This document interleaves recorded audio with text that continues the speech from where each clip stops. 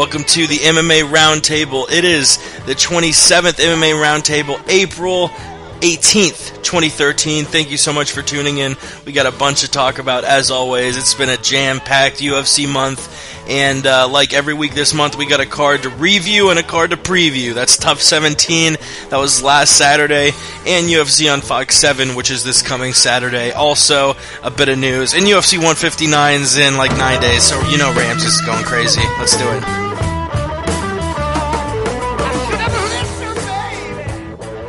And once again, thank you so much for tuning in. We really are glad to have you. And you guys are the ones who keep it going.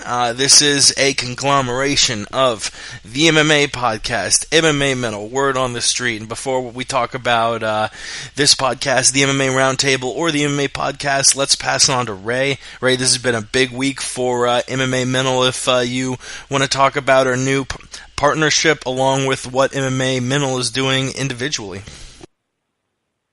Thank you. Yeah, we've had some good interviews this week. Well, we've had one good interview this week. We spoke to Frank Trigg on Monday, which was a good interview. So that's published, and you can listen to that now. Can I hear Ramses laughing?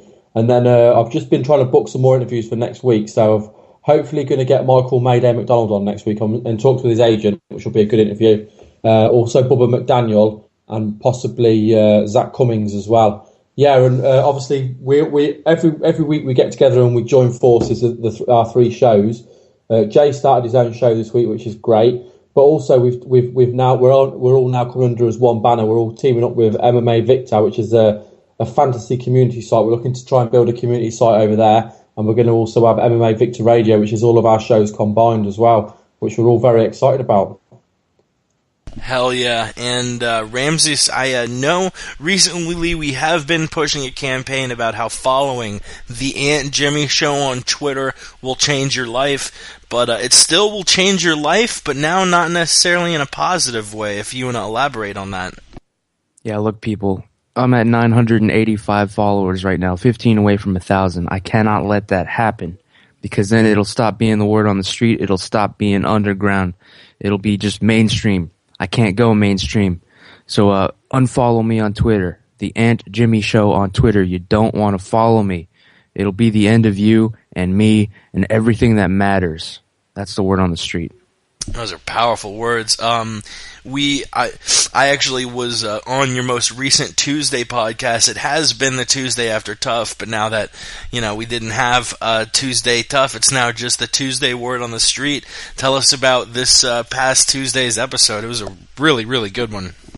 Yeah, and actually, it's funny that Ray mentions Frank Trigg. We had our guest on this past Tuesday. Well, of course, we always have our co-host Jamie, the living legend Huey, who is actually one of Team Sonnen's coaches and partners and friends. But yeah, Front Row Brian was on the show Tuesday, and we just asked him to name his top couple douchebags in MMA and in the MMA world and industry. One of them he named was Frank Trigg. Yeah, I'm just curious, Ray, did you bring up his arrest or anything like that? I didn't ask him anything about that, but I did ask him about the story with him and Bruce Buffer in a lift, because I've heard Bruce Buffer's side of the story about how they'd had this fight in the lift, and then Bruce Buffer apparently rear naked choked him, and basically he denied all knowledge. Have you heard that story before? I have, but what did Frank Trigg say? He basically denied all knowledge, says it never happened. He said, I don't know what he's talking about. It's a big thing in his book, but he says I've got no recollection of what he's talking about, and that was it. That's all he said. What a sounds like a liar to me. I actually, one of the first people, like not just one of the first fighters, one of the first people I ever tweeted at was Frank Trigg. I made a Twitter, probably followed a few, probably 300 or 400 people, and Trigg was talking about how shitty Cox Cable was, and I'm not trying to remember the specifics. I also had Cox, and he is like, man, Cox Cable fucking sucks. I've been waiting on them to show up for 3 hours. And And then I said something like agree. It was like half agreeing with him, half like, yeah, Cox really fucking sucks. Almost like you against Matt Hughes. And he went off on me. I was like, Jesus Christ, this Twitter thing is really accessible. I have Frank Trigg literally calling me like a douchebag, son of a bitch on Twitter, and I've been on this shit for like 20 minutes. It was a pretty good time. Jay, you've got a new podcast, and your boy was honored to be the first ever guest. Sort of tell us about Early Stoppage. Yeah, man, started up this week. You can catch it on YouTube, or if you go to MMA Mental, you can check it out. It's a very short 30-minute podcast. I think we managed to hit 37 minutes this week. I know that next week we got Ray on. I'm looking to try and get different people every week till as long as I can. Ray, I know you're down for it. Hopefully the week after I can either get Ramses or Patrick on. I have to talk to them after the show. But I'm loving it so far. It's only 30 minutes, so hopefully you've got some time for it. And yeah, I had an absolutely fantastic time interviewing yourself. I hope you enjoyed it too, Jake. Yeah, it was a fun time. Oh, sorry, I was trying to take a bite of a granola bar there. I didn't know you were going to stop as soon as you did. Nice, Ramses. I'll get you on for the week after Ray, like 2 weeks' time. Sounds good. Yeah, but yeah, definitely check out Jay's podcast, Early Stoppage. You can check that out and MMA Mental out by visiting MMAmental.com. And also, don't forget to visit MMAVictor.com. It's a great fantasy site. Get your picks in at MMA Victor. And you also can check out all of our podcasts on MMA Victor as well. Follow them on Twitter, MMA Victor, and at MMAVictor.com. And yeah, our podcast, the MMA podcast, it's been every Wednesday. We've been doing it late night recently. We've been doing it 12 to 2 a.m. Eastern or 9 to 11 p.m. Pacific. If you're in the UK, don't fucking even bother because it's way too goddamn late if you're in the UK. 5 to 7 a.m. Come on, son. And, of course, this show, the MMA Roundtable, which is every Thursday, 5 to 7 Eastern, 2 to 4 Pacific, and 10 to 12 p.m. if you are over in the British Isles. And we will start off tonight with the Tough 17 finale. We went pretty verbose into covering 10 fights for the preview and the breakdown last week. We're going to keep it a little more concise this week because we went so long last week. We're going to talk about the 5 most notable fights. The first fight I want to cover wasn't in the main card, but I think a lot of people thought it should have been the knockout of the night, which it didn't win. I think that ended up going to Travis Brown. Clint Hester, very close to Bristol. They had spent a good amount of the fight sort of keeping distance, keeping a good range. Hester came inside and landed this brutal elbow that ended Bristol Marundi's night. What did you guys think of the fight, and do you think Hester can keep on knocking out more middleweights in the UFC, Jay? That elbow, man, he made Bristol Marundi do the whole "I'm going to try and catch a baseball" thing when the baseball wasn't even there. It was hilarious. His hands went flying. The elbow was fantastic, perfectly placed in the temple. That was it. As for can Hester keep this up? He can keep doing it until he finds someone with either a more versatile striking game or a great grappling game. He's a boxer, of course. But then you're not allowed to throw elbows in boxing. So he's obviously starting to round up his game. There are going to be guys who will take him down, but right now, I love that knockout. It was fantastic. I'm still shocked it didn't get knockout of the night, but whatever. Yeah, I'm pretty shocked too, man. It's always surprising to me when you see a member of Team Jones land anything, much less win a fight. But congratulations to Clint Hester. He's no longer under the tutelage of Johnny Bones Jones, who will be destroyed in 8 days. But yeah, Clint Hester looked pretty good. I was glad he didn't get hurt much because if you ever hear him talk, like I said, he sounds punchy as hell. He sounds punchy already. So I hope he just continues to win and doesn't get hurt too bad. I feel bad for the guy. It was an interesting point to make was that none of the tough guys won an of the night bonus at that event. I mean, the fight of the night was obviously Tate Zingano, which was right. submission of the night was Daniel Pinedo, and of course the knockout of the night, well, as you said, went to Travis Brown. The elbow was fantastic. I mean, it had been a pretty good fight. I mean, they'd stood there, they traded. Bristol had tried to take Hester down, but Hester was too athletic and he just couldn't get near him. And then that elbow just come out of nowhere. And I think Jay was near enough right with what he was saying about will he be able to keep it going. He'll keep it going until he faces a high-level grappler. We saw what happened when he faced Jimmy Quinlan in the show. And Quinlan might be a good grappler, but he's not a good MMA fighter. He didn't have a great showing on the show. He didn't look that good in the finale. He lost 2 fights where he just seemed to give up once he got caught. And he struggled against, Clint Hester struggled against him. So as soon as he faces a grappler, and there's lots of wrestlers at middleweight, he'll struggle. But down in the lower tier of the division, he'll have some good wins, and it'll be exciting to watch. And I'm certainly, after that fight, I'm looking forward to his next fight. Yeah, before that fight with Bristol, I thought he might be a little too green to really stay afloat in that middleweight class, but he looked excellent. Just when we were talking about it, I realized Bristol Murundi looks a lot like Brian Stan. Like, if Bristol Murundi started, like, taking roids... I thought that when he was on the show. Yeah, if like he started taking roids and stuff, he would be Brian Stan, period. Not that Brian Stan takes roids, but Brian Stan has a thicker body than Murundi. But do you all think Bristol stays in the UFC, or do you think he'll probably get his walking papers, Jay? Sorry, I'm playing around with this mute button. It's confusing the hell out of me. But either way, it's a weird situation because he wasn't TUF 16.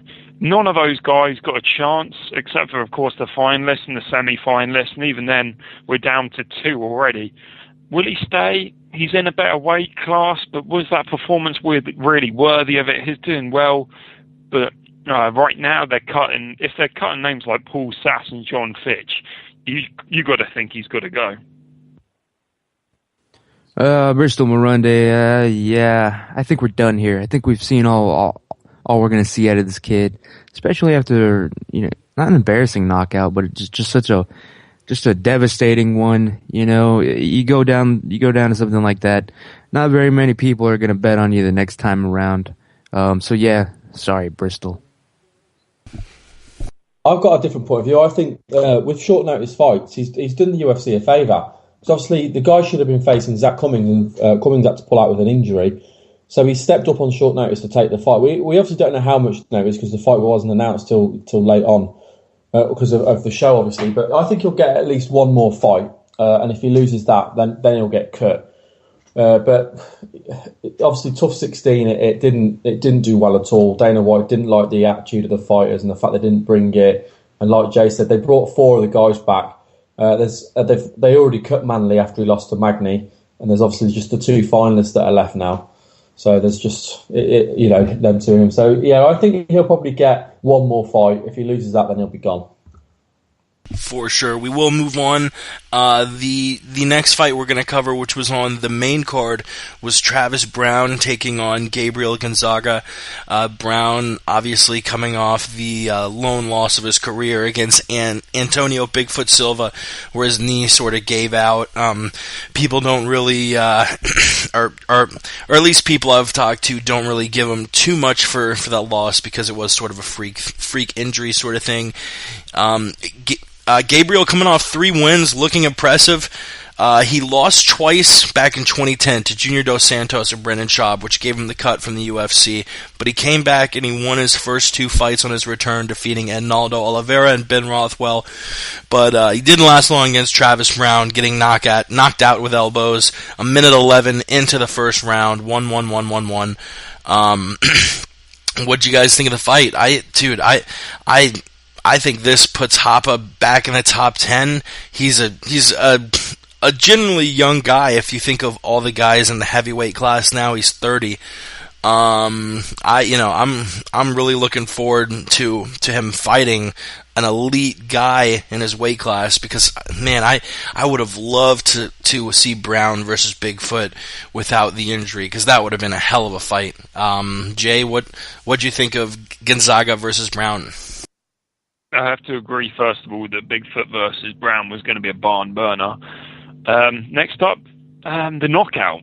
I think we've got to discuss the knockout before we do anything. It proved two things to me. First of all, is that Gabriel Gonzaga's chin is no longer anything. I mean, it's about 3 elbows, whether to the back of the head or what. 3 of them were legal, and he was out after. He was definitely going limp.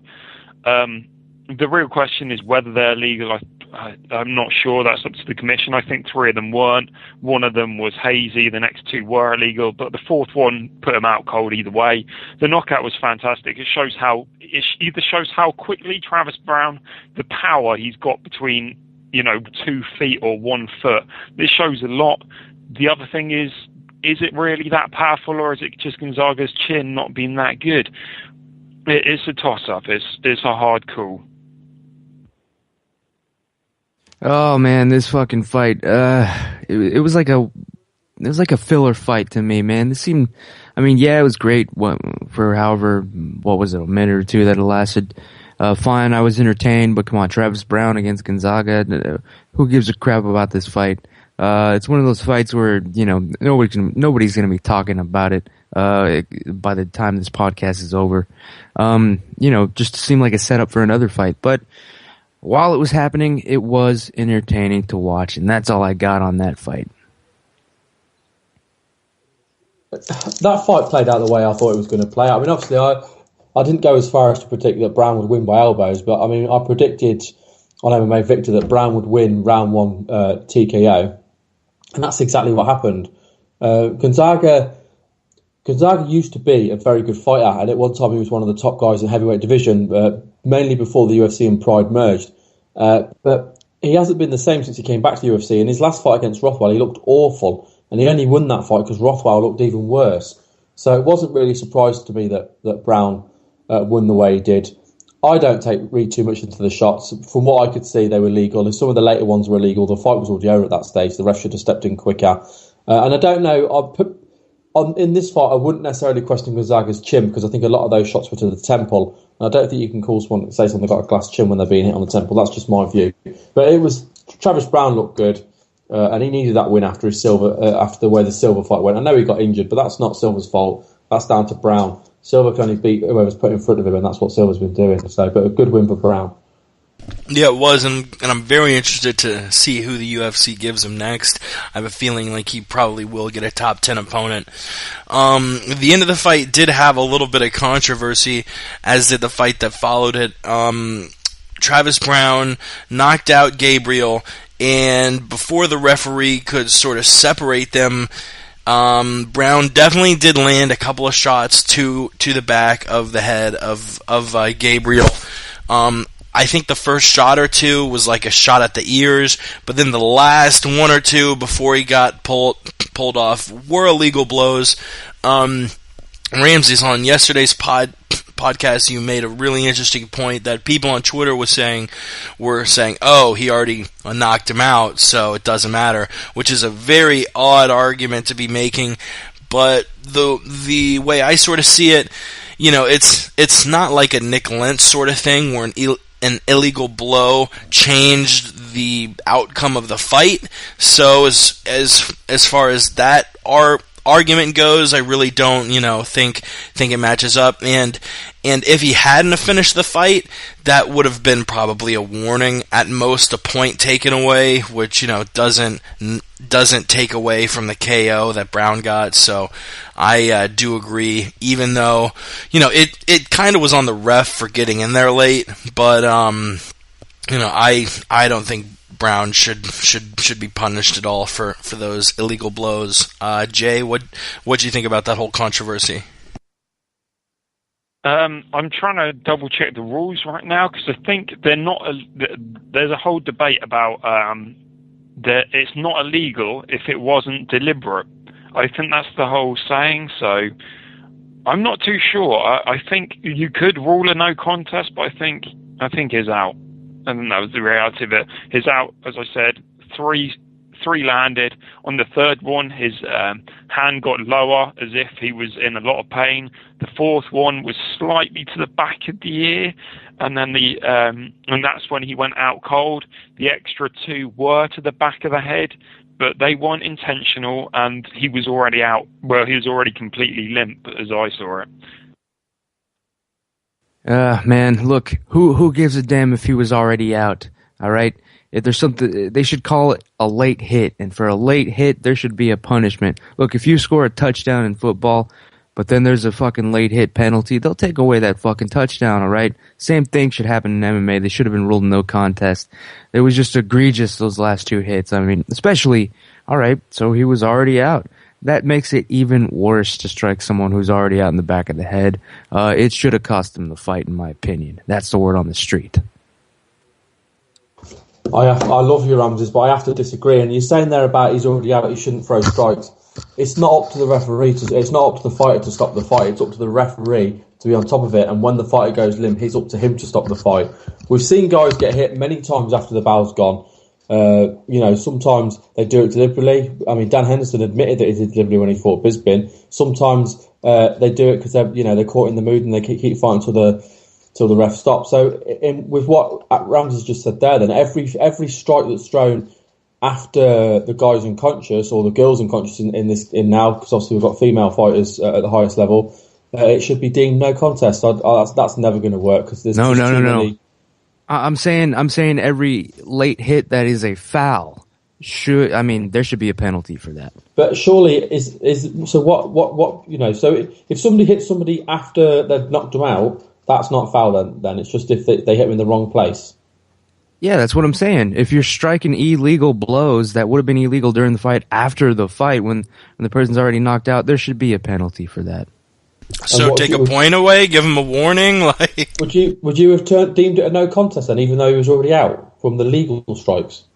Yeah, because you got, like I said, there should be a penalty for landing a late hit that is illegal and would have been illegal during the fight. But if it happened during the fight, would they have disqualified Brown for 2 pops to the back of the head? No, it would have been a warning or a point. So disqualifying him after the win makes even less sense. I'm saying it's more egregious of a hit because he was already clearly out. I think that kind of gets back to Ray's argument there, but we will move on and agree to disagree, I guess, and we'll go to the women's fight, which had a little bit of controversy. We won't talk about that right now. We'll just talk, or actually, yeah, fuck it. We'll talk about the fight review, and do you think it was an early stoppage, a la the Name of Jay show, or a normal stoppage? I'm a big Tate fan, but even she's saying it was an early stoppage. It shouldn't have been stopped. That should have been stopped. Zingano was fucking like you know when you take a orange and cut it in half and put it in a juicer and really just, juice all the orange juice out of the orange. That's what Kat Zingano was doing with Miesha Tate's face. She was just bow. She was juicing Miesha Tate's face, and you could see all the blood over Zingano's left knee.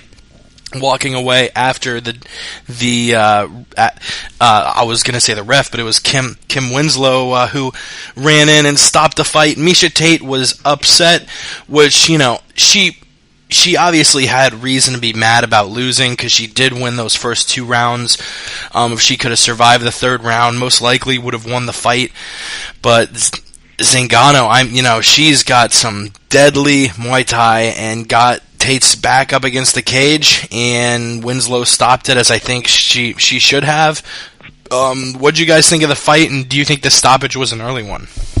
The fight was by far the most competitive fight on the card, bar the TUF final, which was also incredible.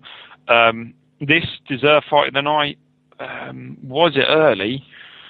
That's always going to be a debate with most TKO stoppages, and this was just another question. I think personally it was justified. Would I have liked to seen a couple more knees? Maybe. Tate had also come back from the sort of being rocked earlier in the round. We had Tate win in the first. The second was close.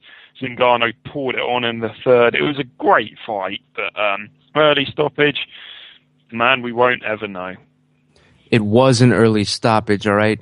Miesha Tate was coiled up like a spring getting ready to pounce. And in my opinion, she should have won this fight. I'm disappointed she didn't win this fight because she is more attractive than Kat Zingano. And in the women's MMA game, that's what it's all about, ladies and gentlemen. That's all I have to say about this one. It's the word on the street. Loving the controversy. Let's just first and foremost, this fight was absolutely amazing, and it showed why women should be deserve to be in the top tier of the sport. I mean, this fight that was phenomenal. It had some good exchanges on the ground, some good grappling exchanges. The striking was amazing from both. I mean, the way Miesha Tate came out at the start of the fight and went for it, and then Zingano did at the start of the second round. I didn't like what Miesha Tate did at the end of the first round, where she pushed her face down to the mat as she got up. That was obviously a little bit nasty, but I suppose that's kind of, she was obviously caught in the moment of the fight.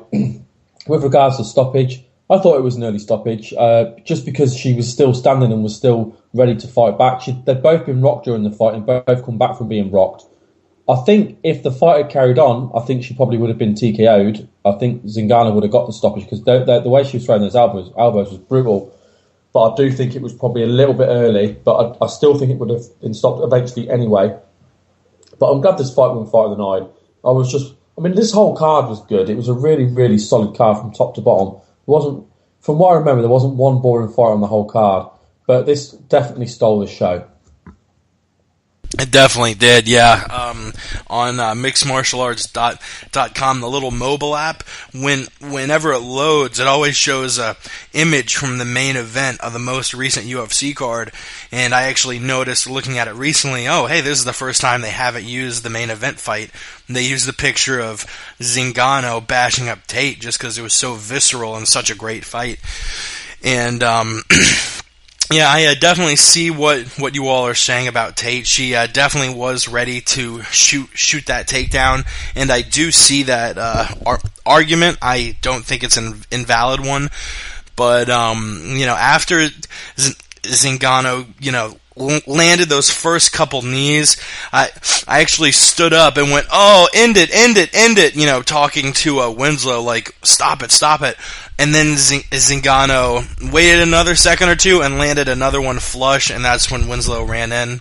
But it's a subjective thing, so there's no such thing as right or wrong when it comes to an early stoppage. It's all in the eyes. Quick question for you, Jake, and I hate to interrupt you, but I want to know whether your outlook was different because it was two women fighting, or would it have been the same if it was two guys fighting? You know what? I almost want to rewatch that fight just so I can answer that fight or that question honestly. A woman being beaten up, whether it's by another woman or another man, but the fact is they're highly skilled athletes and they've earned the right to be there and they've earned the right to stay in a fight for as long as they possibly can. And I was just wondering if your view was different because it was Miesha Tate, this beautiful woman, being pummeled the way she was. Yeah, it's an interesting concept, isn't it? A beautiful woman who I think of myself not as friends with, but if I ever met her in public, I would be like, hey, we had you on our show for half an hour, back in, it was November or December or something, but I think I'm going to rewatch it just for that reason. But thinking back to the fight, it sort of made me think of Anderson Silva versus Rich Franklin, the way she was just absolutely dominating Tate. And I feel like she shattered her nose. There's blood everywhere. I don't know if the blood factored in. I don't know if the fact that she's an attractive woman factored in. And that's actually a really interesting question. But from what I remember, it was just, Kat landing these knees and Miesha not only having no answer for it, but seemingly she couldn't get out of it.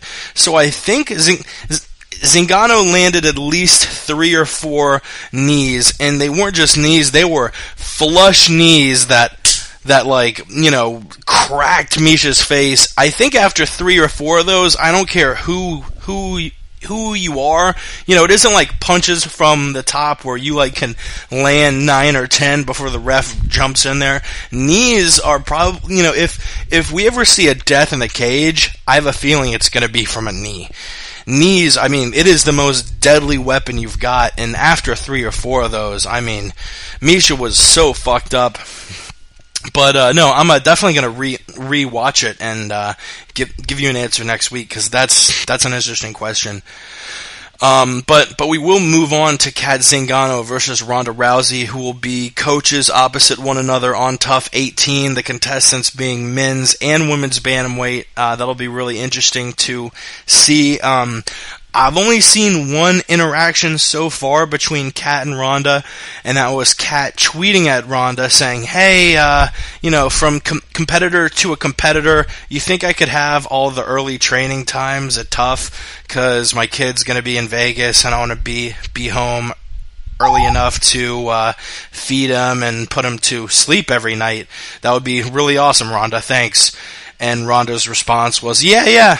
Not a problem. Just next time spell my name right. No H.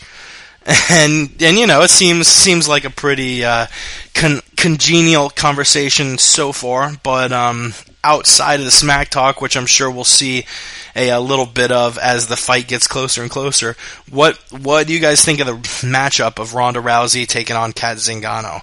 I think Kat's a great fighter, and she looks like she's the second best fighter, or the second best women's fighter in the UFC, but until further notice, I'm not giving anybody a chance against Ronda Rousey, not even Cyborg. I came on the podcast last week and said that I said Zingano's got a great chance against Rousey, but her biggest challenge is going to be Miesha Tate. She beat Tate, so I'm going to say that she's going to have an easier time with Rousey. That's my opinion. I personally think that Cyborg would absolutely destroy Rousey, but these are just my opinions.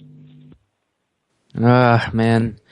Well, Ronda Rousey will win. This will be a worked fight. They will pay off Kat Zingano. I mean, look at all Rousey's opponents coming up in the women's division. They're all going to be dirt poor. You're all going to notice this. It's going to be a pattern. All of them.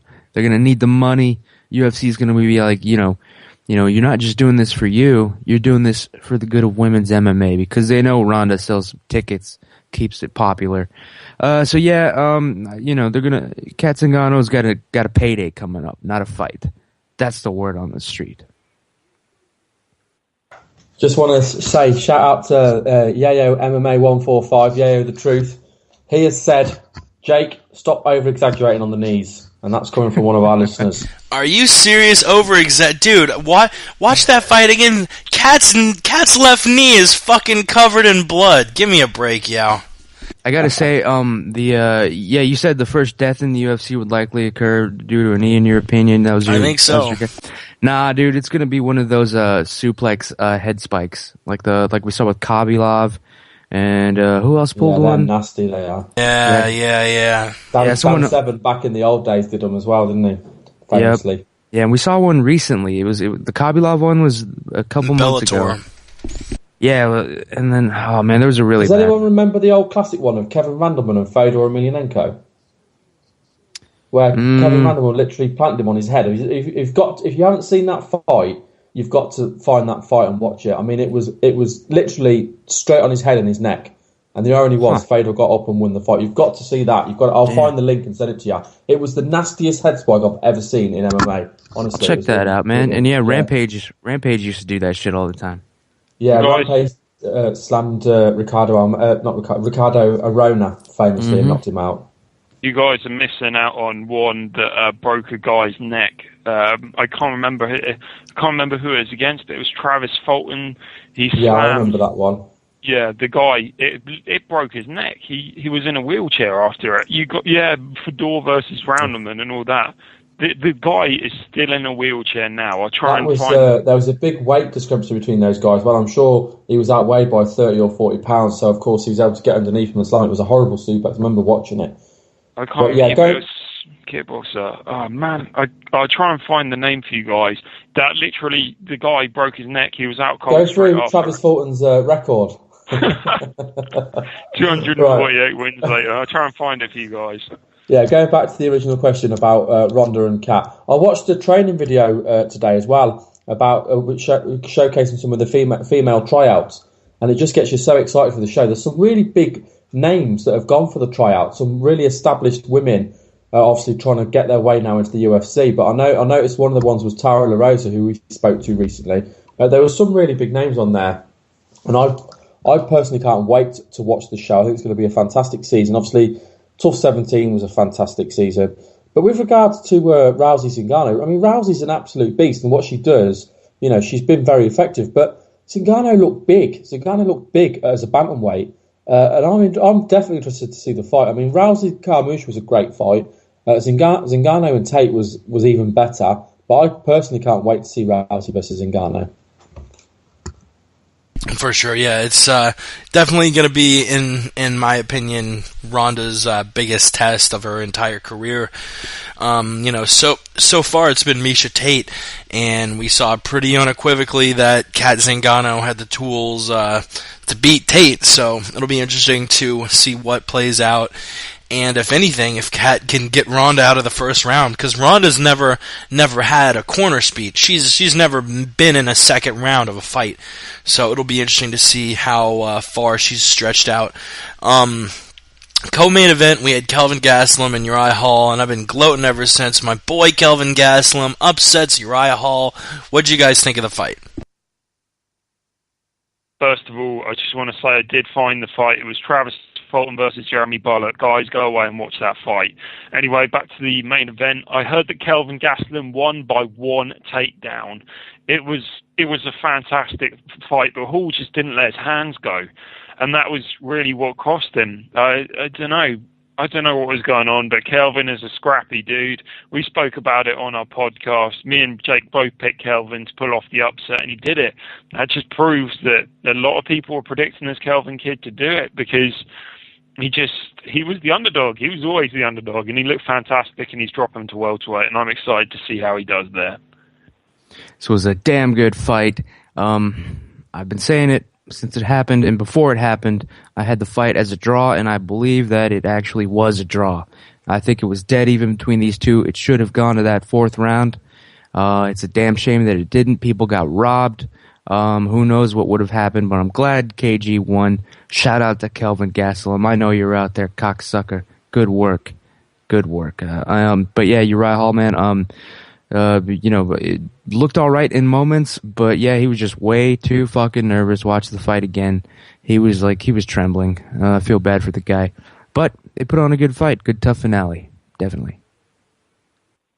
It was a great finale, and I'd picked Uriah Hall to win. I think most people had. I mean, fair play to you two for not picking Uriah Hall.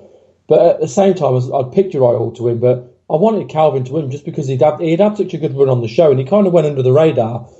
Sorry. He kind of went under the radar just because of how effective Uriah Hall was with his spinning back kick and his one-punch knockout of Bubba, and then his the way he won from his back against Dylan Andrews. So Calvin had kind of gone under the radar, but Calvin had been just as impressive. I mean, he had he finished all of his opponents. I think he finished them all in the first round as well, if I remember rightly. But he had he choked out two of the opponents. He knocked out Colin Hart in something like 10 seconds. So he had a good showing as well. But you couldn't help but like him. He was such a nice guy. He was a young lad. Obviously, we've seen the fact that he had a crush on Ronda Rousey, which was quite funny. Yeah, it was great to see him win. I mean, I picked against him, but I wasn't disappointed to get that one wrong. I was pleased to see Calvin win. It was nice to see what made me laugh actually was Chael Sonnen had said on the show that a few times that I've been in this division for a long time, and Uriah Hall's a middleweight title contender. So does that mean that Calvin Gastelum is now, because he basically derailed the hype train? Well, I don't know about a middleweight title contender, but maybe a welterweight one, because he's going to be moving down to welterweight. We're going to talk about that in a minute, and it was actually pretty cool. On this Tuesday's Word on the Street podcast, check it out on YouTube if you haven't yet. We talked to Jamie Huey about it, and I actually asked Jamie if he liked the thought of Gastelum going down to 170 pounds, and he shared a pretty funny story. He said he was training with Kelvin in the Tough Gym, and said, "Hey, Kelvin, if you ever moved down to 170, you would be an absolute beast." And Kelvin, with a straight face, answers back, "Yeah, coach, that's the plan after I win the tournament." and I guess he put it on his vision board or something because that shit happened, and he's now going to be moving down to 170. Before we talk about Gastelum's move, though, I want to talk about the guy on the other side of the fight, Uriah Hall. Everyone thought he was going to win, and it was kind of strange to see the guy who put together the most impressive season on The Ultimate Fighter we've ever seen, period, and not win The Ultimate Fighter. He lost.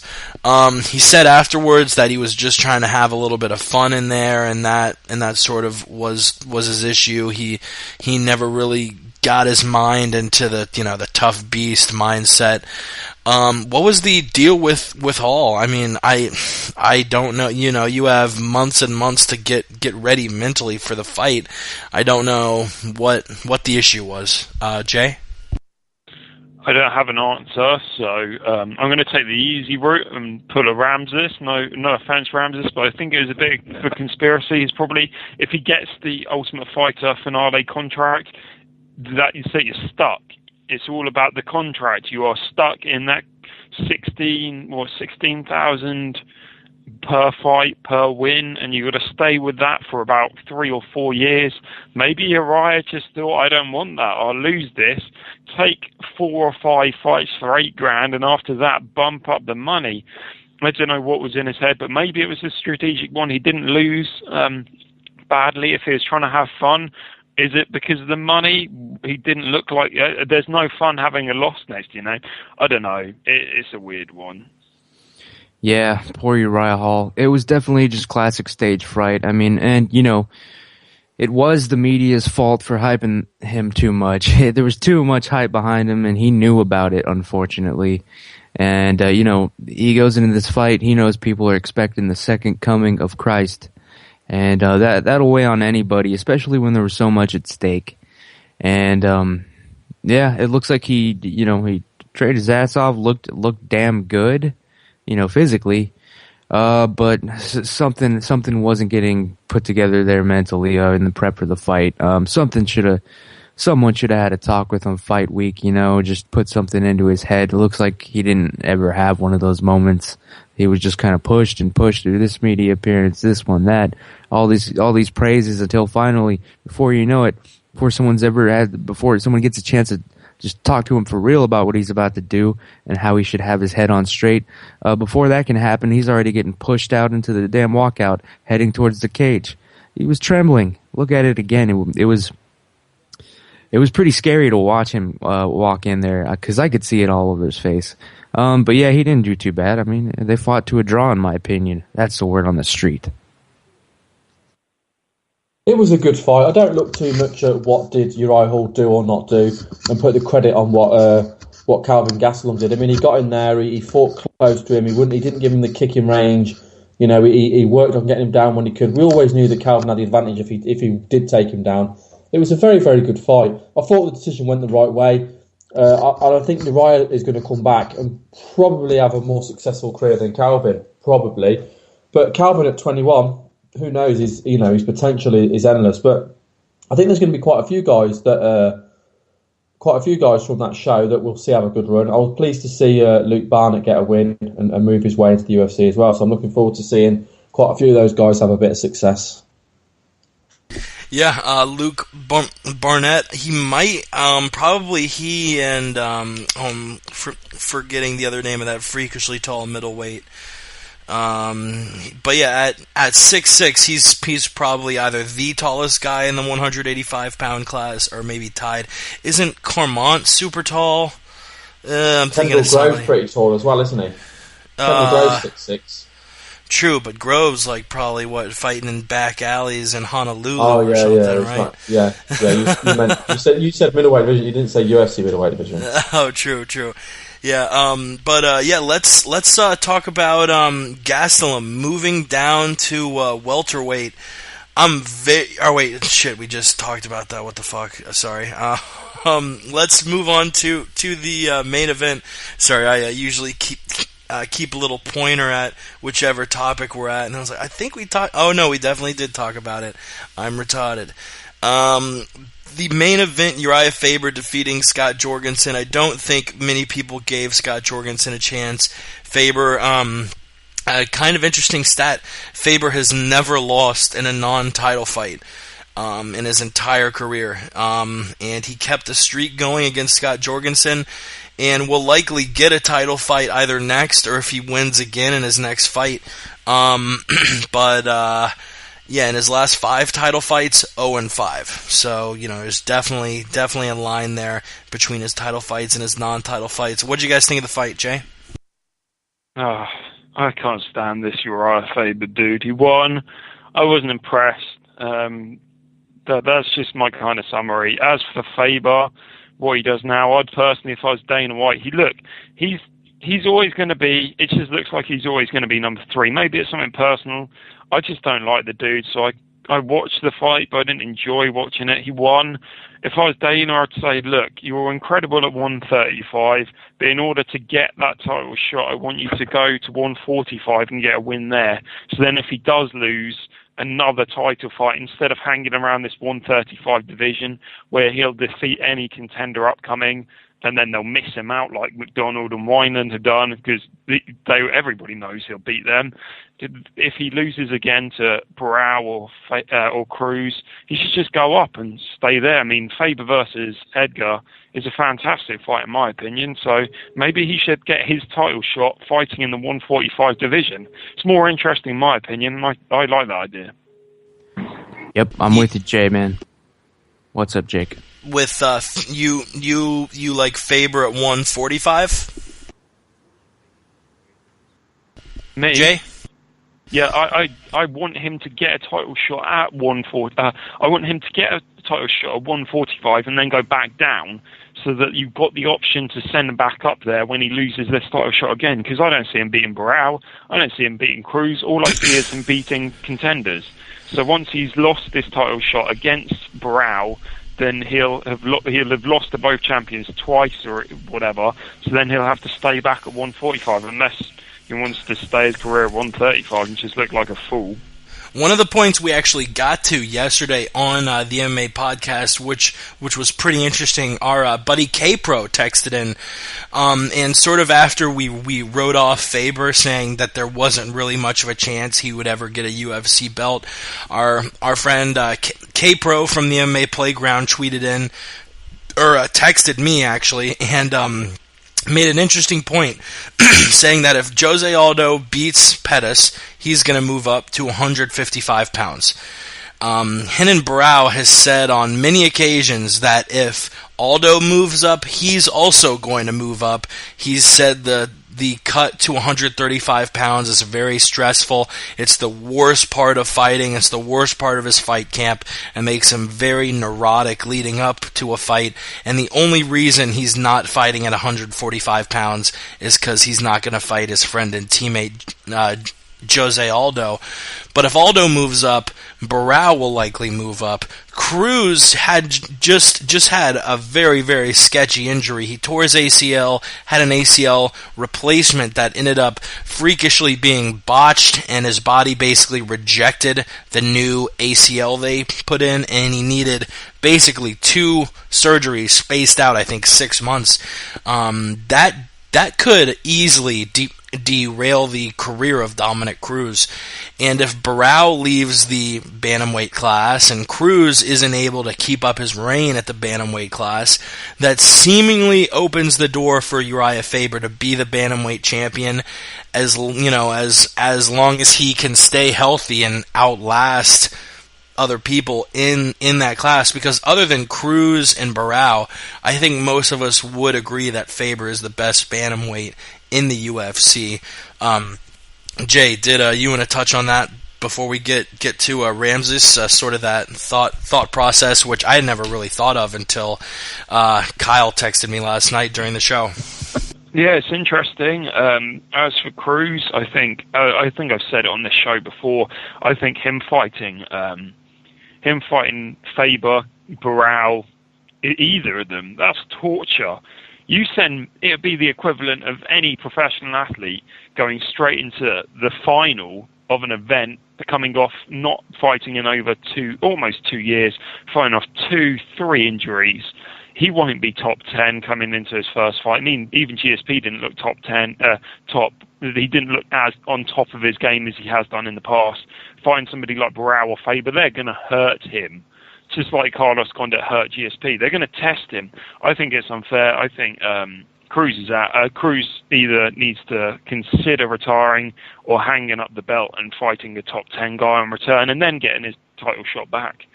But as for the whole division mix-up, I'm interested in it, but it won't happen till Aldo loses. And I think, Aldo's got to run in with Pettis, is all I'm going to say.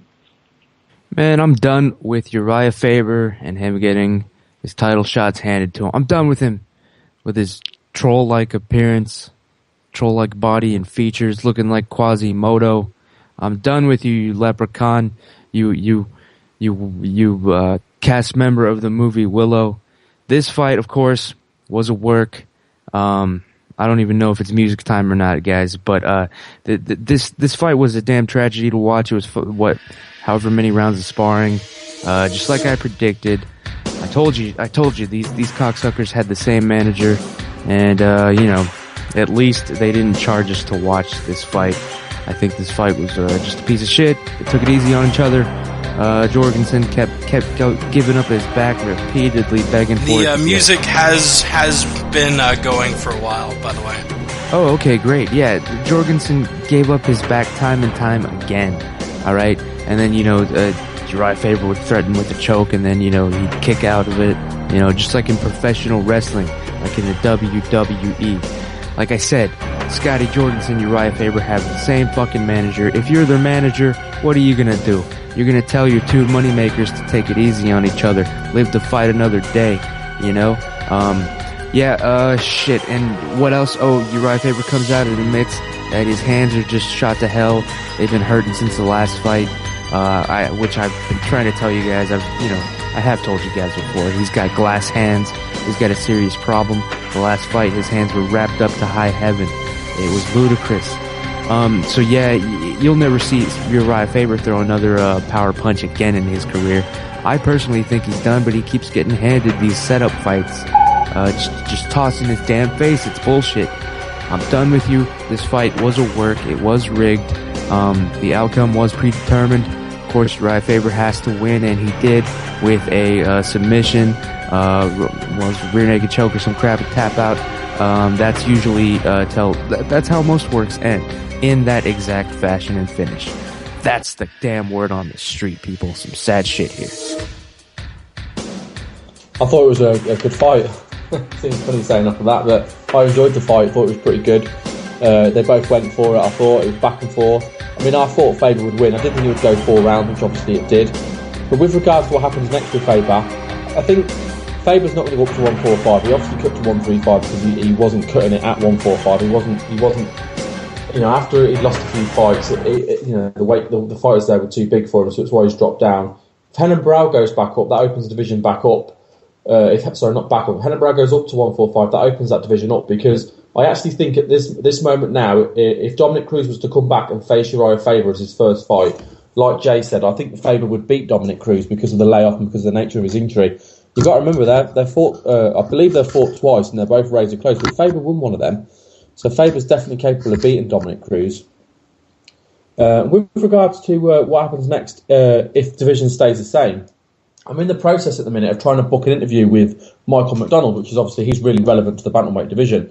And I spoke to his agent on Twitter, and he said to me, "Well, what we'll do is I'll book it for you next week. So he should have some big news next week. So he'd have more to talk about." Now, for me at the moment, there's 3 lead bantamweights outside of the 2 that are fighting for the interim title next, which is obviously Henan Brow and Eddie Wineland. The 3 lead bantamweights at the minute are Michael McDonald, Brad Pickett, and Uriah Faber. So the announcement I expect to hear from Michael McDonald is he's facing one of those guys. It might be Faber, but also there's a good chance that it might be Brad Pickett. So, but yeah, that's what I'm hearing from the managers, from the agent, that McDonald's got a big fight coming up. So it'll be interesting to see if that gets announced next week before I get to speak to him next week. And we got a late addition to the roundtable. He hit his snooze button one too many times, but he's here now, and that's all that fucking matters. What's up, P-Money? Yo, I have arisen from my slumber like the the sea-dwelling beast Cthulhu and I have arisen on gray and leathern wings. Here to break down the fucking main event. I thought it was like a sparring match, honestly. And I'm late, so I don't know if my boy Ramsey's touched on this, because I had a feeling he might. But Uriah Faber and Scott Jorgensen, they were buddies coming in. Jorgensen kind of tried to downplay it. They both tried to downplay it in the media. Oh, we fight every day. We fight in training camp. We knock each other out. We cut each other. We submit each other. And they looked very reluctant to do that in an actual fight. I think I had picked Uriah Faber for a first-round submission because, honestly, I didn't think it would go 4 rounds. I thought Uriah would get in there. He wouldn't want to put Jorgensen through too much hell, being his buddy. I thought he'd get in there, finish him off real quick and not put him through too much. But, it was a decent fight. Kind of anticlimactic for my taste after the way the rest of the card played out. A lot of exciting finishes, some controversy, stuff like that. So, kind of like a UFC in Sweden, the last card that they had, kind of the same thing. Great regular card, prelims, main card, but the main event, in my mind, just left a little bit to be desired. And as far as the whole weight class thing, I agree with everybody else. I mean, if there's no Renan Barão or Dominic Cruz at 135, Uriah Faber has a good shot to get a belt again.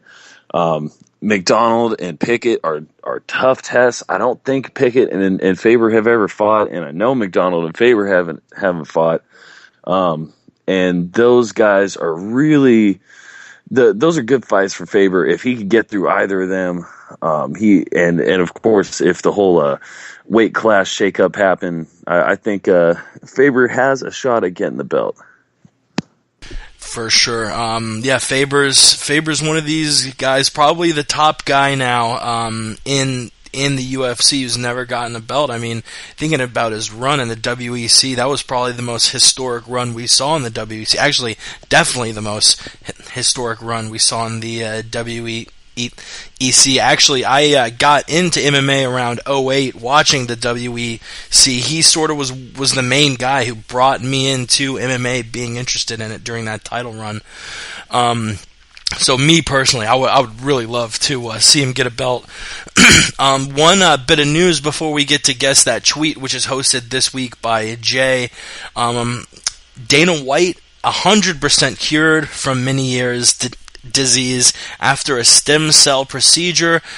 He was quoted to saying, "I'm 100% new guy. I'm a new guy. I'm working out. I'm doing all the things I used to. I'm traveling. My life is back." So, there's no real talking point or debate there, but definitely a congrats to the UFC president for, that was a major issue. He would get these major attacks, but thank God for stem cell research, because it sounds like he's a new man, like he said. Money can solve any problem. Yes, it can. Magic Johnson, no problem. Dana White, no problem. Come on, son. Without any further ado, Jay, I'll pass it off to you to host this week's edition of Guess That Tweet, which is awesome because you can't win. You've been on a fucking tear recently, my friend. I know. This is going to be... it's not going to be as crazy as the last time I hosted it, but hopefully it will still be fun. Alright. Is everybody ready then? You're a cheater, Jay. Oh, yeah. Nice. No, hold on a second. I'm not good. You're not good? No, I'm just kidding. Let's do this. Jay takes steroids. So you're trying to finish something up or something? We won't get into what I was thinking about. Masturbating. Yeah, we'll say that. Right.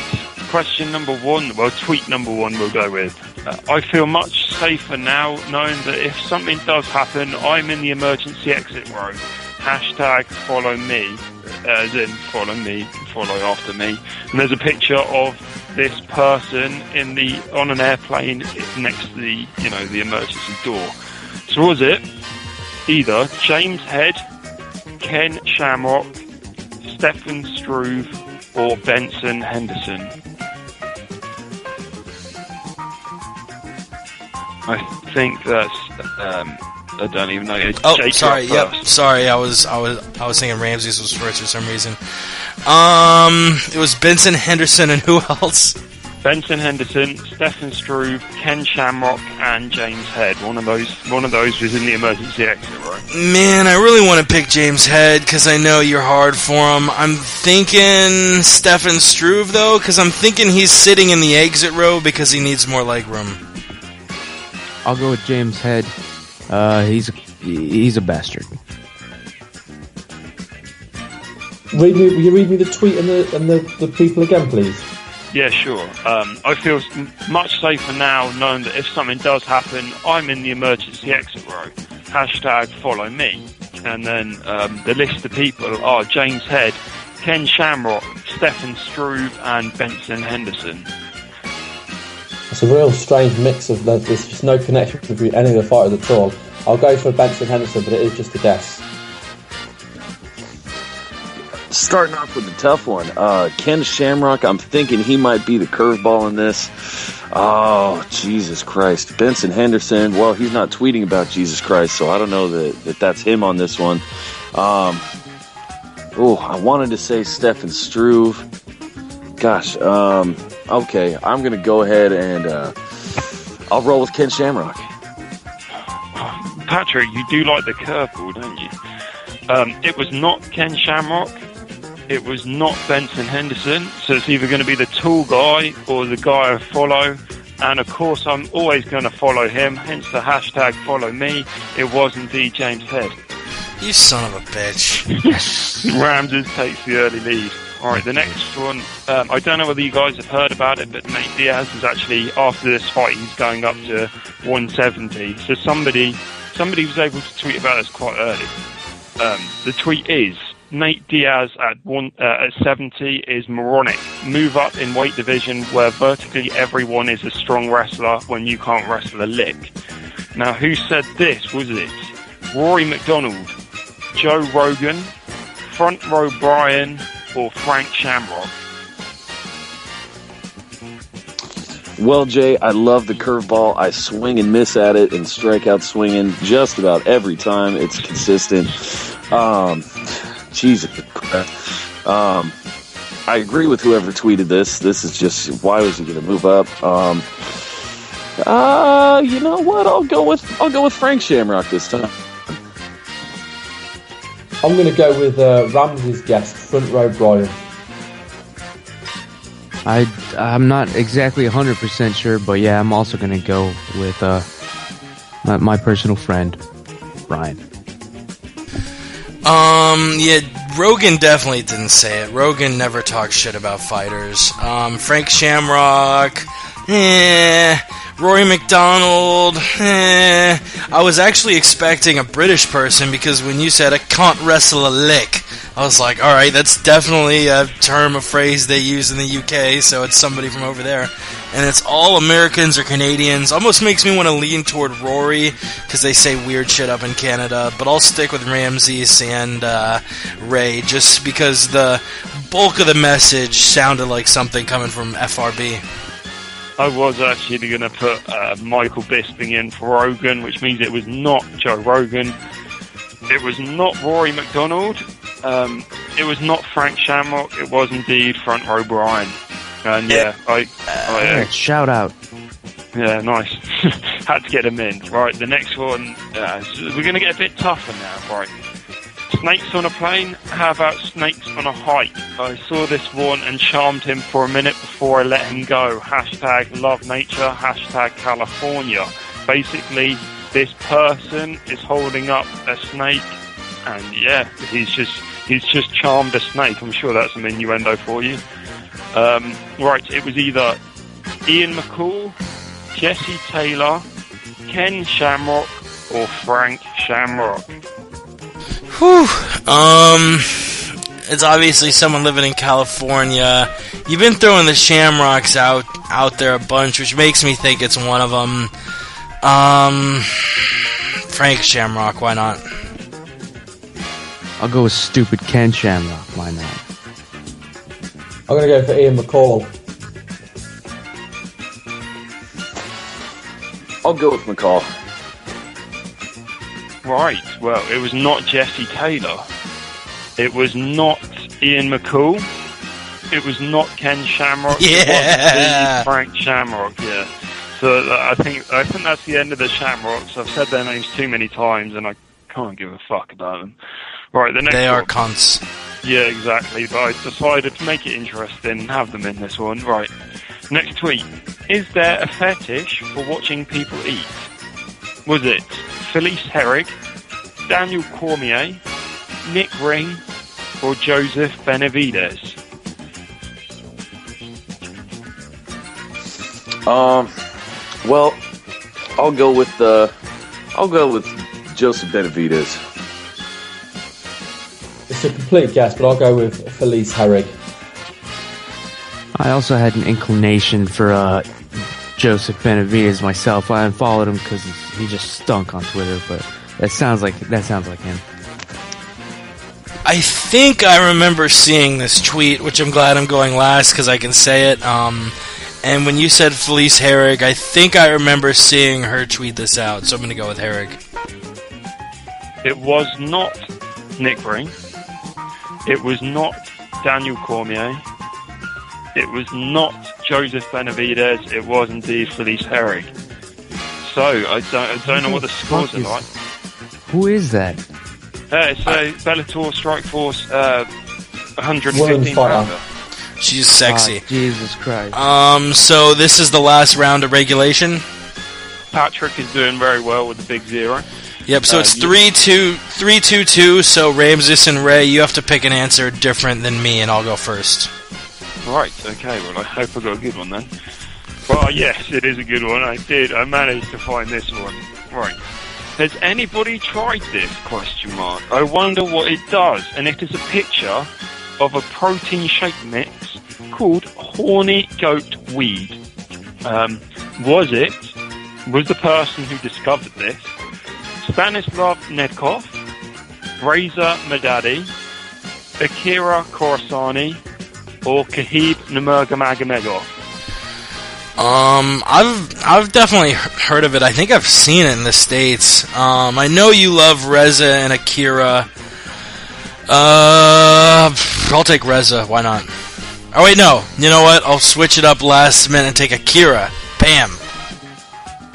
I need the choices read to me one more time. I'm sorry. You had Stanislav Nedkov, Reza Madadi, or Khabib Nurmagomedov, and you can't pick Akira.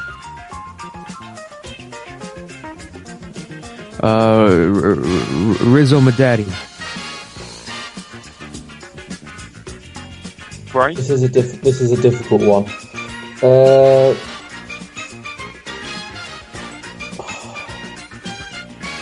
I'm going to go with Khabib, because why on earth would you put his name in there when it's so hard to pronounce if it wasn't him? So I'm going to go for Khabib. Nurma. Patrick, if you were playing out of the four, who would you pick? Oh, shit. Well, thank you for putting me on blast, Jay. I just woke up. You guys are fucking lucky. You're getting off light. My brain hasn't even started up yet. I'm just warming up. I'm just getting up to speed. God damn it. It doesn't even fucking matter. I'll go with Stanislav Nedkov. So you wouldn't try some horny goat weed in the morning? Oh, I do every day, baby. That's all right then. It helps me wake up. It helps me get in the mood. But let's finish this off. I'm smoking then. that shit right now. Let's finish this off then. I just made you all say crap for nothing. Jake, you won it. It was Akira Khorasani. Yeah, I knew it was going to be Reza or Akira because you had Head earlier, and I know you follow all these guys. And I picked Reza, but at the last minute, I was like, wait, Akira Khorasani tweets a fuckload more than Reza Madadi. So I switched up to Akira. Yourself, yeah, that's 10 wins, everybody, a milestone. And guess that tweet. Ladies and gentlemen, Jake Walters, the champion, the 10-time champion, undefeated, undisputed. Come for the belt next week. I want to point out that neither Stanislav or Khabib, that most of the time they don't even tweet in English. So just throwing that out there. But well done everybody, and well done Patrick. You're impressive. I thought that Thank I thought that if you all get, is it you all get 0, or if one person gets 0, then the tweeter loses? It's if an entire round goes by and no one picks the correct answer, then the host gets a point. So you get 0 points, just like Patrick, because you're a pathetic piece of human scum. Patrick was clearly playing by my rules. He wanted me to get the point and not Jake. So thank you very much, Patrick. We did well together. We almost did it, but the other ones weren't in. Get the clown out. Jake. I did my best, Jake. All right, we are about 1:10 into the show. We'll try and accelerate through these news items before we get to the Bonehead and the UFC on Fox 7 preview. We're going to start off with a bit of surprising news. Your boy Josh Rosenthal, ref in many a UFC fight, sort of a younger guy, bald, those arm tats. He wasn't a bad ref either, wasn't perfect, but there are obviously worse refs than him. Josh Rosenthal pleads guilty to basically being a drug lord. I think he had 1,354 plants, which about $6 million worth. Obviously, I think most of us disagree with the laws. Think it's bullshit. That's sort of the place I want to take it. It's obviously kind of crazy that Rosenthal had that much, but do you think he should be in trouble for growing this much pot?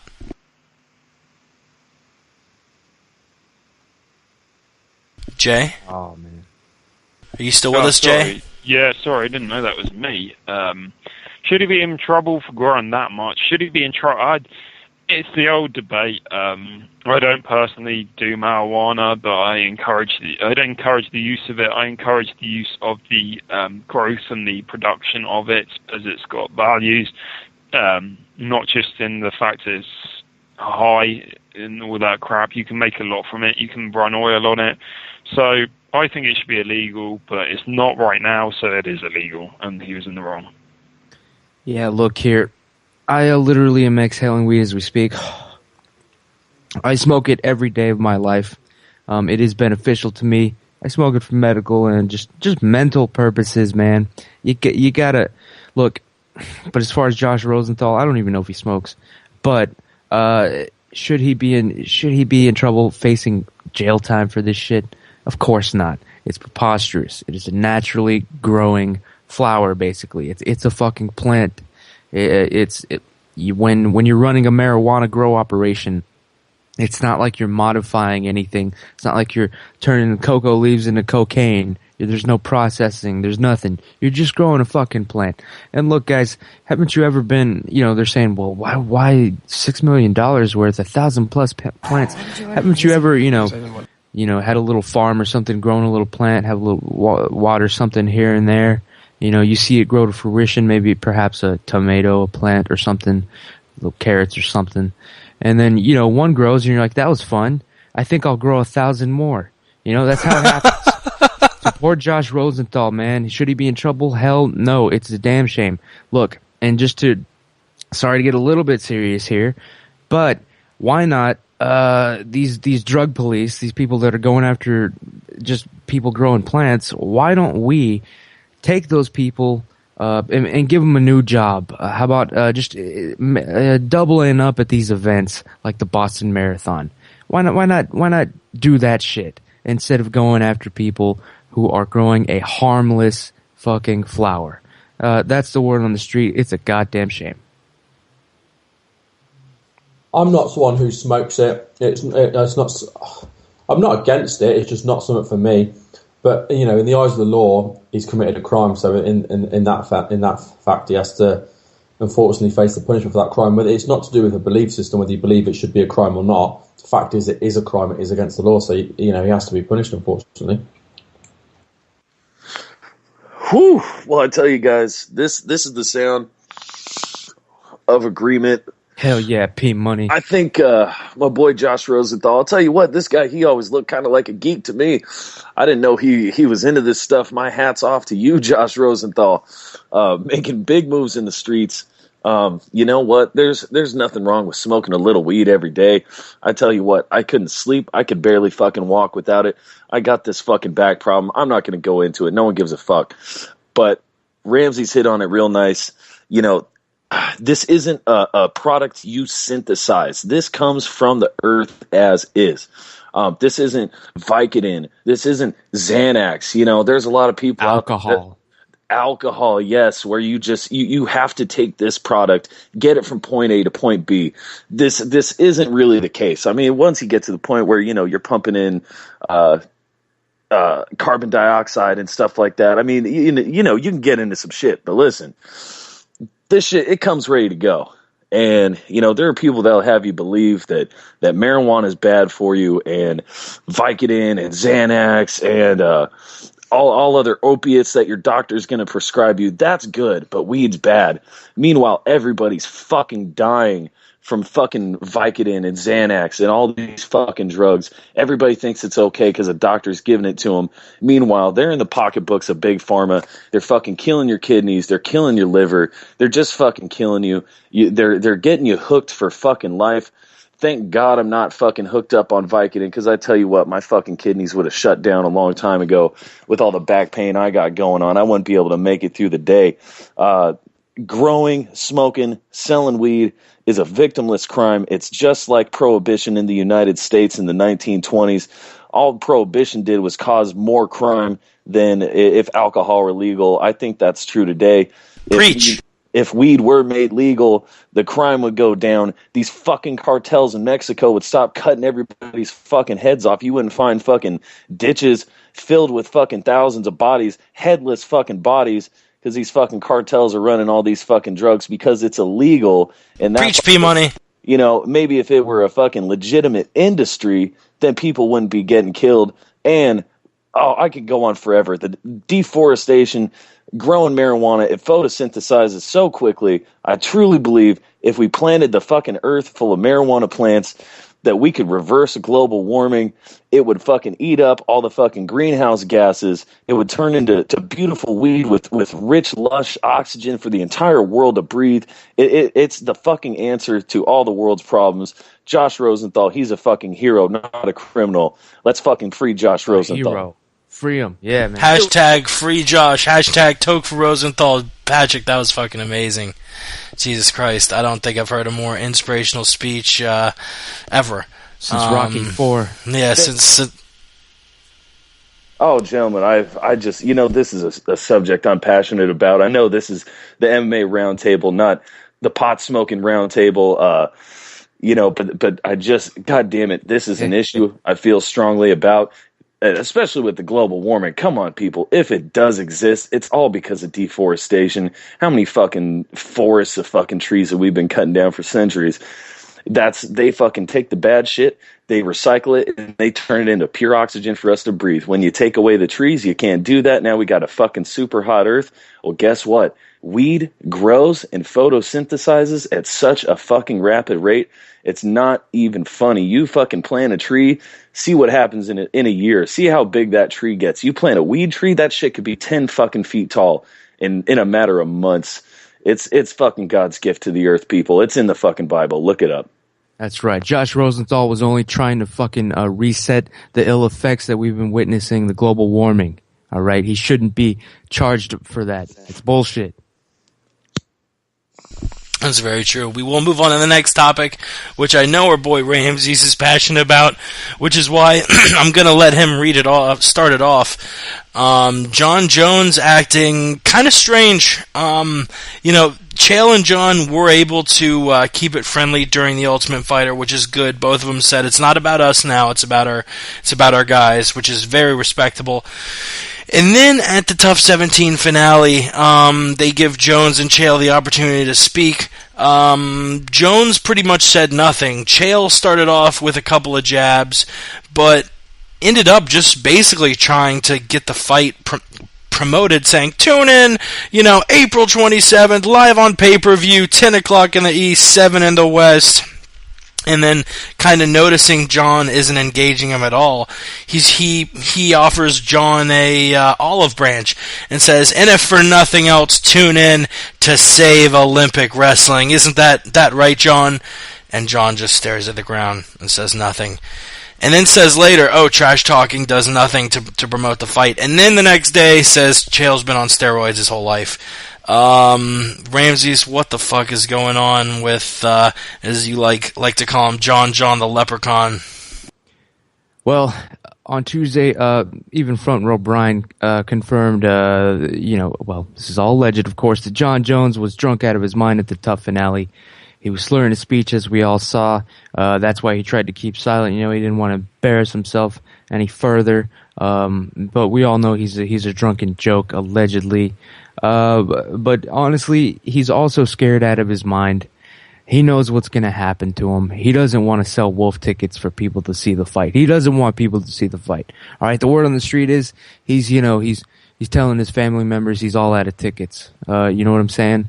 He doesn't want this to happen. He's trying to get Uncle Dana to, pull it off a pay-per-view, maybe air it on, Spike. It's a damn shame, Johnny. But that's why he's acting the way he is. He's afraid. This is feared, ladies and gentlemen. He doesn't know if that right arm's going to hold up. It got snapped in half. This is his first fight since coming back. He knows people are taking it easy on him during sparring because he's John Jones, the champion. And he knows Chael Sonnen's just going to run his ass over. Word on the street. I haven't really got an opinion on why it happened, but it was very strange. It just didn't seem to make sense what he was. It just wasn't interacting at all with Sonnen, and I just couldn't work out why or what he was doing. And then he comes out and says the steroid thing. But I mean, has there ever been any talk of Sonnen being on steroids? I know there's been talk of him doing TRT in the past, but I don't know. It was very weird. It was very awkward to watch, I thought. Yeah, who knows what's going on with old John Jones these days? It's just I've gone on and on about his character. I've spoken at length about the kind of person I think John Jones is, and I think his character is just, or his lack of character, is just made obvious as time and time goes on. The man is an astounding fire. Quite honestly, damn it, I love Chael Sonnen, but he's fighting just one of the most crafty mixed martial artists in the game today. He's got a real tough test ahead of him. If Chael wins this fight, I think it's going to be easy to say that he did get inside John Jones' head. And I mean, the kid, he's still what, 24 years old, maybe 25 years old. He's a young buck. Who knows? Maybe he just hasn't mentally come across. You don't stop growing mentally until you're a certain age, and hopefully never. It should be a constant pursuit of mental growth, MMA mental. But Jesus Christ, yeah, we all saw John. We saw how he was acting, just very despondent. He had a fucking 1,000-yard stare going on at that little hype piece on the Tough finale, and the kid's bogus. He's just, I don't even want to hear a fucking word out of his mouth. I want to see him in the cage, and that's it. Because everything, he's garbage. I'll never forget the UFC on Versus card. I think it was Vladimir Matyushenko. He destroyed it. It was either him or Brandon Vera. He fought both of them on the UFC on Versus series, and it was in San Diego. He fucking destroys his opponent. And he gets on the mic and he says, "Hey, you stay classy, San Diego." And I think, oh, there's John Jones, this young, undefeated hip fighter, throwing out a clever reference that all the fans can get in touch with. Everybody loves Anchorman. Everybody loves Ron Burgundy. Oh, man, this John Jones, he's something. Turns out he's just fake. He's trying to tell the people what they want to hear. And, everyone can spot a phony, and that is John Jones. P Money's on fire. I'm just hoping that when Daniel Cormier eventually does fight him, we see the exact same thing. Daniel Cormier versus Bigfoot. Cormier comes out dropping these power right hands. John Jones or Bigfoot has nothing to do with it. He doesn't know what's going on. In the end, he's laid out with a cracked skull, and that's it. It's just, I want to see that. But what's making John Jones act so weird? What's with the steroid accusations? I don't have a clue, man. Is this promotion? Is he trying to be in the zone? What's he trying to be? Nobody gives a rat's arse. Who the hell cares about this John Jones, guys? It's going to be Chael Sonnen's night. It's going to be Chael Sonnen's chance. I think Chael Sonnen's loving playing the underdog in this fight. It's awesome. I think he's in the silver fight. He had his chance to be the big dog. He won the last time. This time, he's enjoying the fact he's the underdog. He's soaking in. He said it himself. This is the lion of the light heavyweight division versus the silver medalist in the division below, and that's exactly what it is. And he's playing up to this character. John Jones is just playing the dick, which is always what he might think he's not, but he's what he will always be. Hell yeah. Hell yeah. We got 4 more news topics. Let's try and get to them rapid fire so we can have time for Bonehead and the preview and wrap this bitch up in a reasonable time, unlike last week. Gegard Mousasi thinking about moving to middleweight. He fought at middleweight from the beginning of his career in 2003 to 2008 before moving up. And really the only reason he moved up is because he was owning middleweight so much. He moved up to 205. Do you like the move? How would he do? I think he would be a top 5 middleweight. I think he'd be just as good as, the guys like Bisping or Belfort. He would be the best kickboxer in the middleweight class. And yeah, I very, very much like the move. Ray, what do you guys think? Mousasi's one of those guys that would be effective pretty much at whatever division he was at. I know he didn't have a great showing in the last light heavyweight fight, but there was a lot of strange feelings going into that fight with the late replacement, the fact that he was going off for surgery afterwards. But yeah, if he was dropped down to 185, I think a fighter should always fight at his maximum weight, so he's got as much advantage as possible. So if he can make 185, firstly, he should do it. But if he did go to 185, I think he would be effective, and he would certainly be a title contender. And I think a lot of people would be interested in seeing, not straight away, but eventually seeing Anderson Silva versus Gegard Mousasi. I think that'd be a great matchup. Yeah, I think. We've all seen Gegard at 185 before. He's good. I definitely agree. I think he could be top 5, honestly, in middleweight or light heavyweight. I think he'll be a champion in both? No, probably not ever. Not as long as Anderson Silva and Chris Weidman will be game if they ever fight. I'll just say that. Light heavyweight, hey, he's got options wherever he can go. He's a top class fighter. God bless him, whatever he wants to do.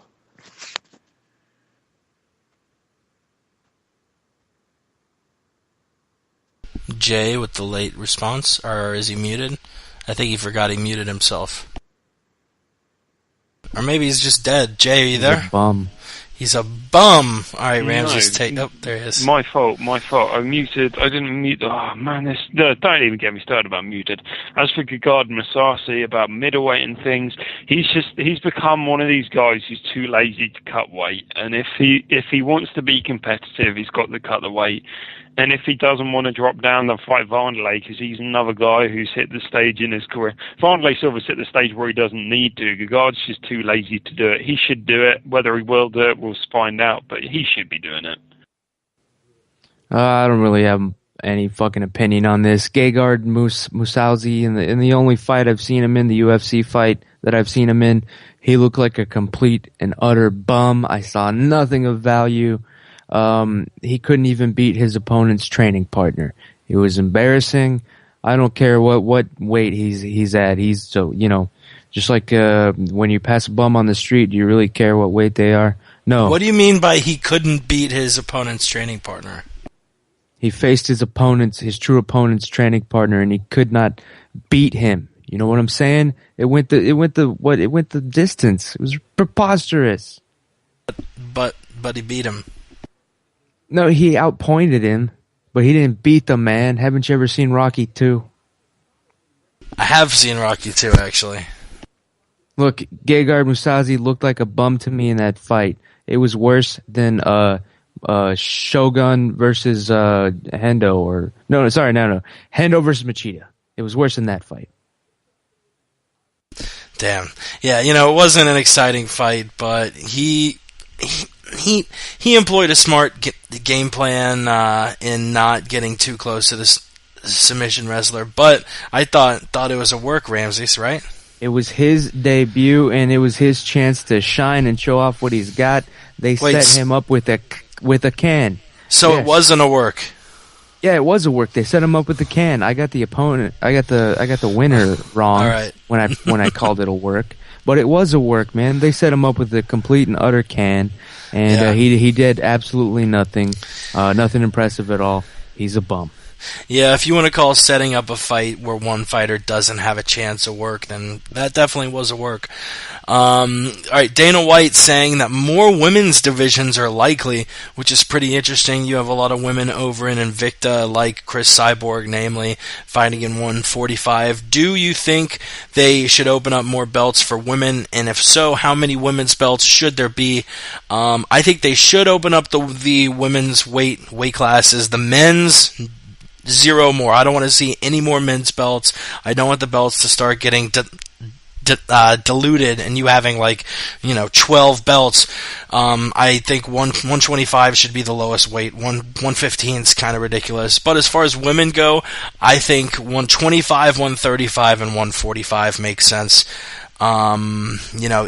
It seems like I know there are a lot of 105 and 115 women out there, but as far as the quality of opponents go, maybe in the future, but at least for now, you're not really seeing as much talent there as you are at 125, 35, and 45. Even though there is Lightning Liz at 105 fighting in Team Darkside, she is pretty good, but she would be the only reason to make a 105-pound class in the UFC. But do you agree with opening up the women's weight classes, and how many women's belts should there be? P. Mo Money, who's been on a fucking roll since rolling out of bed. Gee, son, I wake up and I piss excellence. Here's my thought. I've been a huge proponent of women's MMA since the jump. This needs to happen. As far as how many belts, I think we need 5. 105, 115, 125, 135, 145. I was watching the Ultimate Finale with Mrs. Money. Got her to enjoy this card. We were on the Zingano Tate fight. It's stuff like that you need to grow the UFC. Why are you going to not open it up for half the population? You create more of a room for women's mixed martial arts. That's another 3.5-4 billion people who are now in your demographic. So, absolutely, they need to do it. They've been putting on a show so far in the UFC. Invicta's doing huge things. It's women's MMA is going to grow. The sport of mixed martial arts is going to grow. It's going to be bigger than boxing or soccer in no time, folks. Worldwide.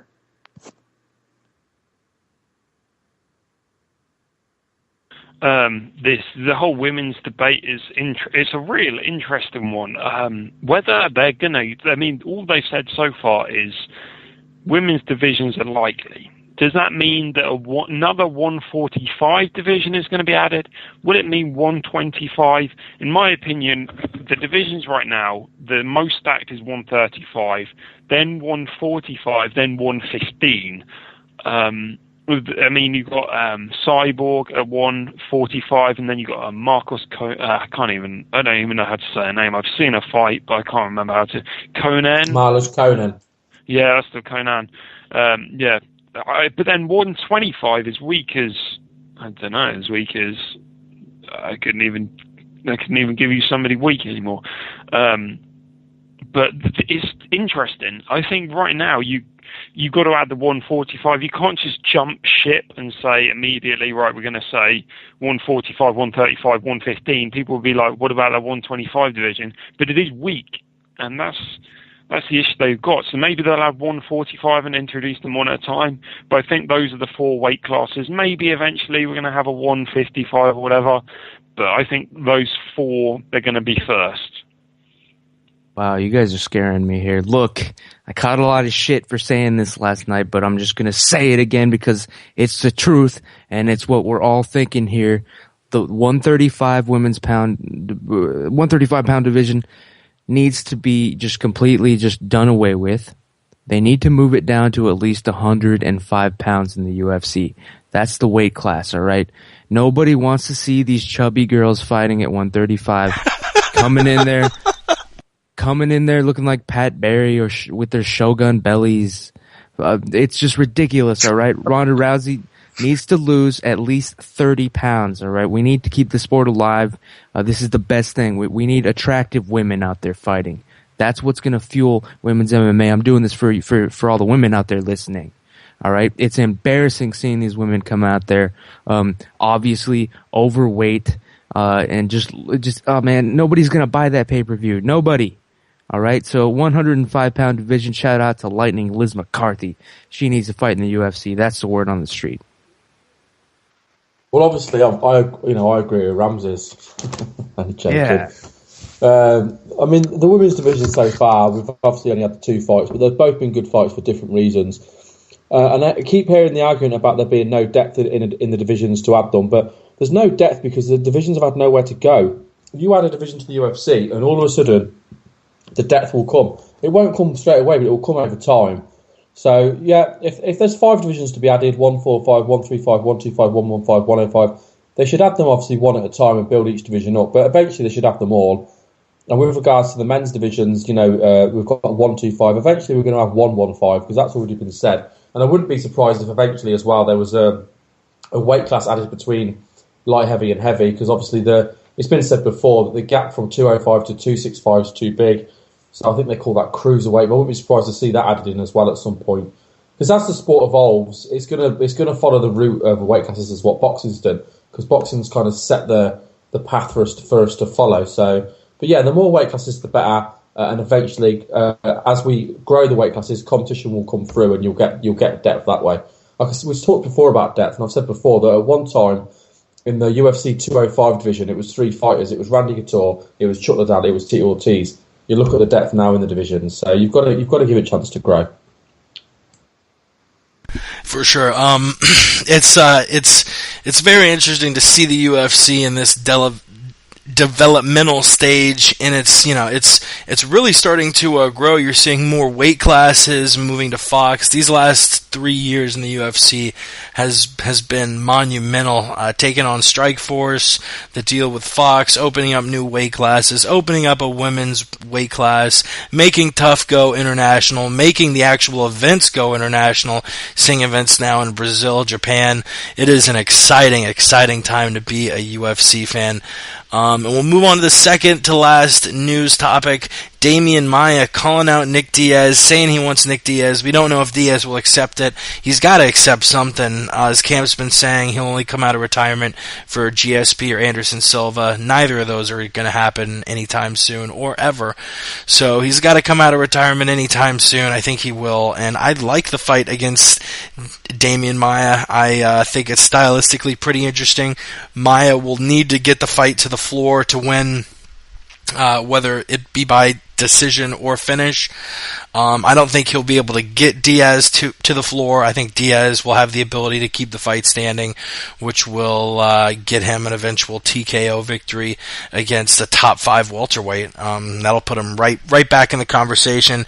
And then, especially if you see GSP, I mean, he's apparently 1 or 2 fights away from retiring. GSP leaves, Diaz is back in the title hunt. Jay? It's an interesting one. I think Maia, I'm not really sure. Nick Diaz, whether he is retired, that's the first question. You said about the GSP or Silva, but first of all, nobody wants to see that. And secondly, he's not going to get those. It'll never happen. No, I think Maia's calling out. I think this fight won't happen. However, I think in about 3, 4, 5, maybe even in a few years, I was going to say 3 or 4 months, but maybe in a few years' time, Nick Diaz is going to look back and think, man, I should have just accepted that fight. Maia Maya's not going to be able to submit Nick Diaz. If Maya's biggest challenge is going to be getting it to the mat, but he got it to the mat against Story, he got it to the mat against Stun Gun, he got it to the mat against Fitch. Nick Diaz might have better striking than all three of those guys. It's an interesting fight. I just don't see it happening. Damian Maia is a bum. He is a cheater. He did throw lime salt in Chael Sonnen's eyes to win that fight between them. Since he did that, every fight since then is null and void. He is a joke. I think he should be they should cut him from the UFC. I have nothing else to say about that man. Word on the street. I was at that event when Damian Maia beat Chael Sonnen with the mounted triangle. That was brilliant. With regards to Damian Maia versus Nick Diaz, I can understand why Maia's calling him out because Diaz is a big name. But for me, if Maia fights Diaz, Maia's just going to out-grapple him for 3 rounds. I mean, if Damian Maia can out-grapple John Fitch, and we all know that Nick Diaz could not out-grapple John Fitch, Maia will just school Diaz. He obviously won't beat him on the feet, and I doubt he'll submit him, but he'll control him for 15 minutes and win that fight. I think Maia knows that. Probably Nick Diaz knows that as well. But, sorry. All you get from Diaz is he wants the super fights. He wants to either fight the top guys at lightweight or the top guys at middleweight. They should say, we'll give you a super fight. You can fight Nate Diaz. That will shut him up. He just seems to whinge so much, doesn't he, Nick Diaz?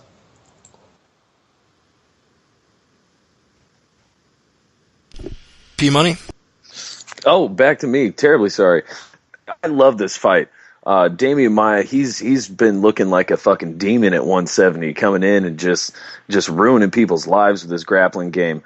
I take issue with the fact Nick Diaz, he absolutely has better striking than any of the opponents Damian Maia has fought in his recent streak at 170.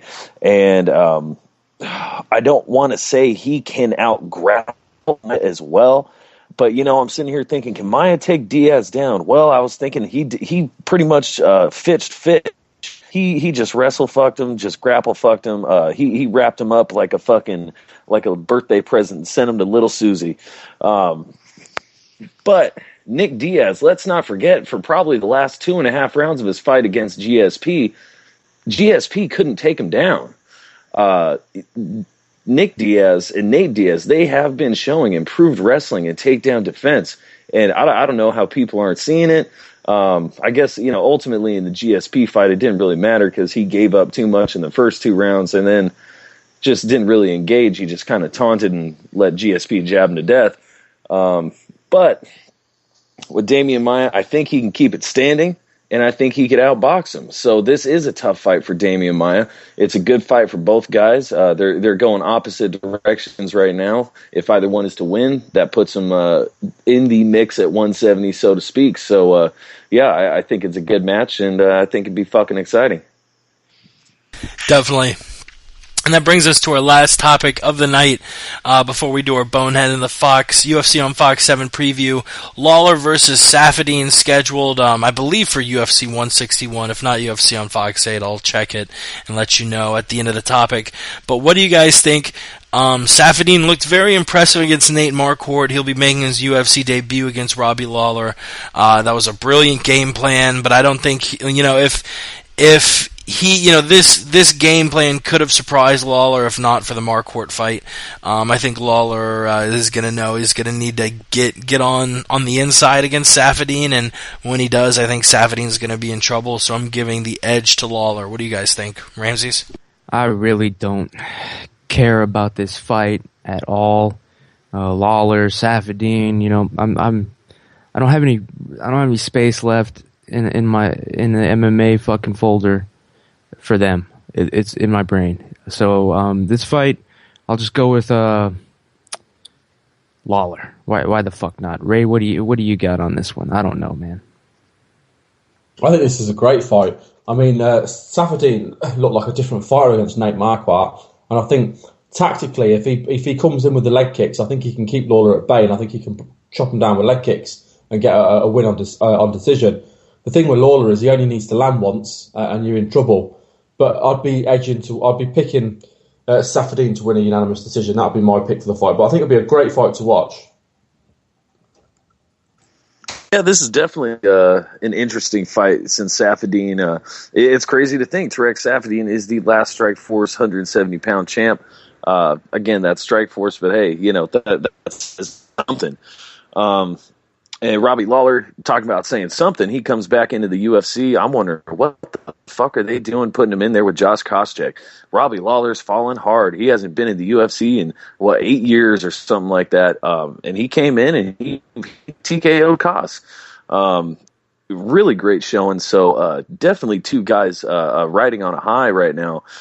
I tend to agree with Ray. Robbie Lawler reminds me kind of like Jeremy Stevens. Good boxing, good wrestling, serviceable wrestling, but a more diverse striker can tend to give him problems. If Saffiedine can come out, avoid that big punch, I think he's got a real good shot in this fight. It's a crazy matchup. You have a real power puncher, a power striker whose game pretty much revolves around trying to knock you out, versus Saffiedine, who is a technical kickboxer. Now, if you look at the way that matches up, normally it favors the technical guy to pick him apart on the feet, try and stay away. However, Saffiedine has never once got a knockout, and he's supposed to be. That says a lot about a striker. He's got more submissions. So maybe he is the sponge. Will he develop some wrestling? Will he look to take Lawler down? Could he get a submission on Lawler? Lawler's biggest weakness has been anybody who's been able to take him down, especially if Saffiedine wants to mix it up. It's a very, very interesting and exciting fight, and I am really looking forward to that one. However, my one issue with it is both these guys are Strikeforce guys, and it's a bit like saying, oh yeah, why don't these two match up? And just thinking about it, you could have had that fight happen in Strikeforce. These guys, there's 100,000 more fish they could be fighting, but you're taking two fish from the same pond and making them fight in a big pond. There's plenty of other fights out there. Why are we seeing this? I don't know, but it's still a very interesting and exciting fight, and I'm looking forward to it. Yeah, it seems like we've. I feel like another fight was made between a couple of Strikeforce guys recently too. You do make a good point there, but before we get to the UFC on Fox 7 card, it is time for the Bonehead of the Week.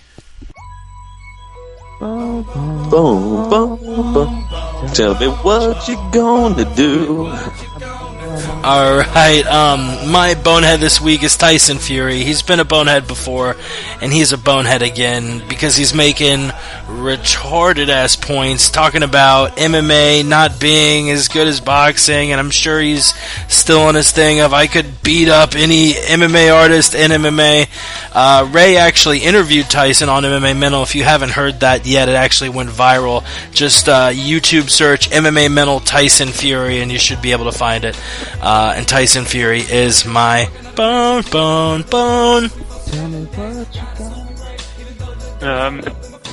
I guess if you guys haven't heard this news story, Dana White has revealed today that he is going to speak to GSP to see what he wants to do next in relation to a super fight. It is not 100% that he will fight Johnny Hendricks. Because he's going to lose to him. Man, when I read this headline, it legitimately made me feel physically sick.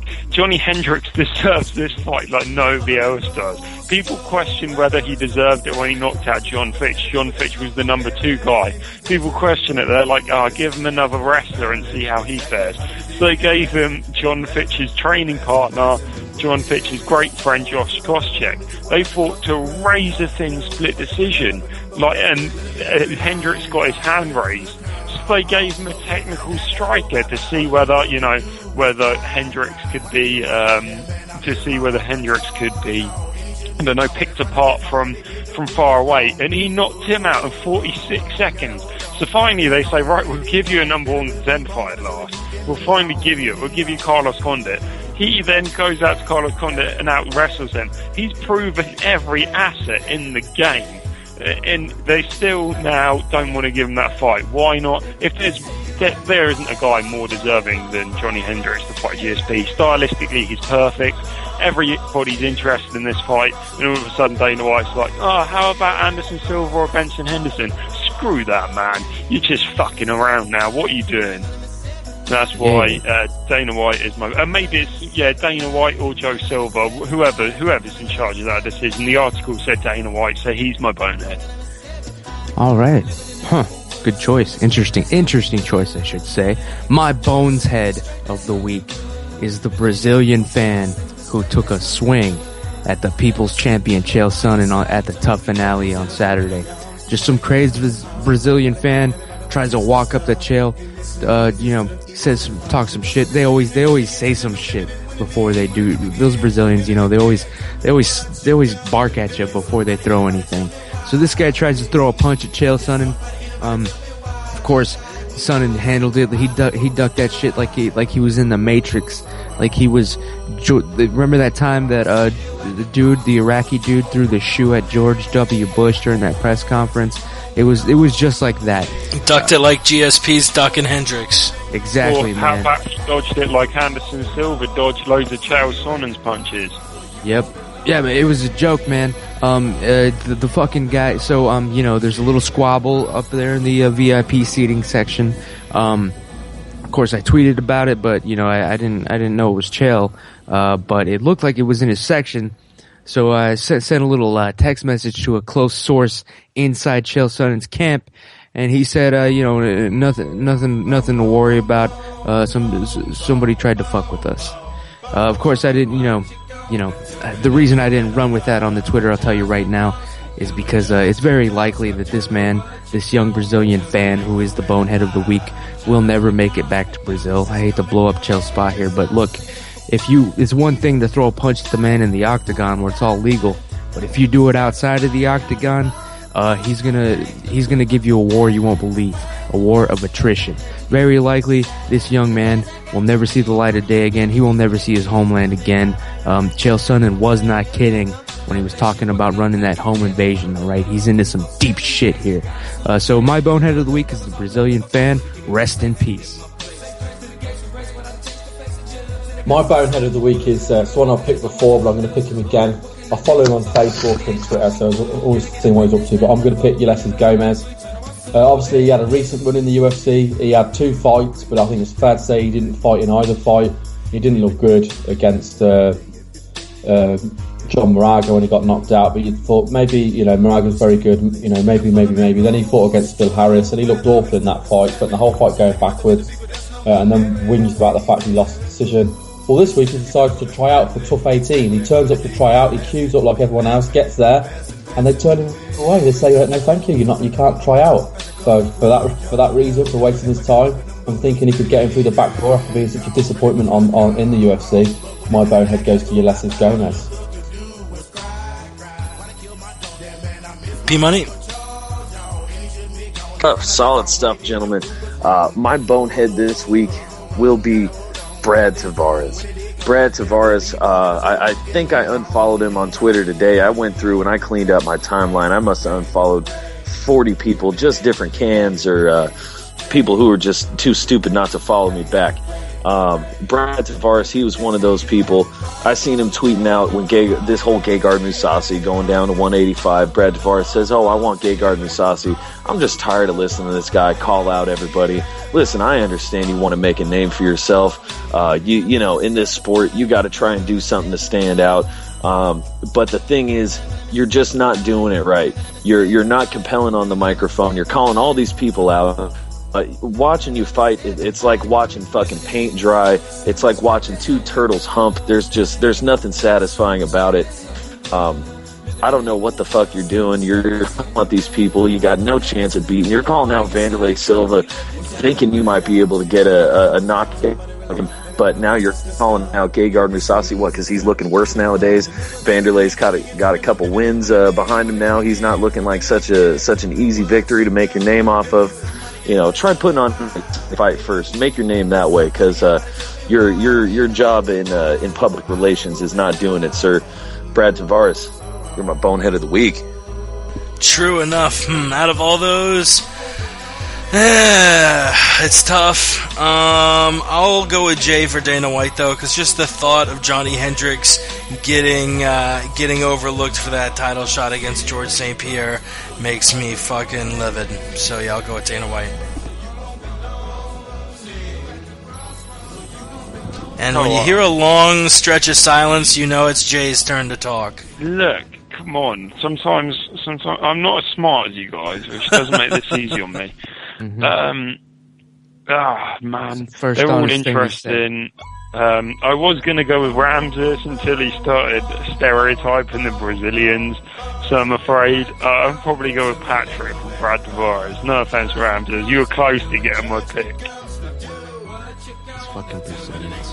I wish I could pick my own choice, but good other alternate bonehead of the week was Tyson Fury, just because he's got that James Toney like factor. He is the poor man's James Toney, unfortunately, which is why he is my pick for the bonehead of the week.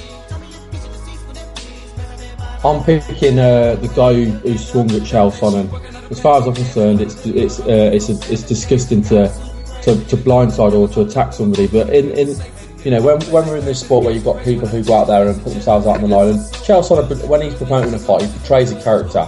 He says what he does to get a reaction from the crowd. He knows what he's doing. He's not stupid. He knows how to market himself. So for some idiot to swing at him, it's just ignorant. So for that reason, he's my bonehead of the week. For myself, I'm going to have to side with Jay's pick of Dana White. Honestly, I thought he lost the Koscheck fight, old Johnny Hendricks. This fight with Carlos Condit was close, but you know what? You got to give the man his props.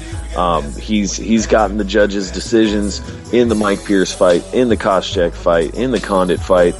He's got amazing knockouts over Kamen and Fitch.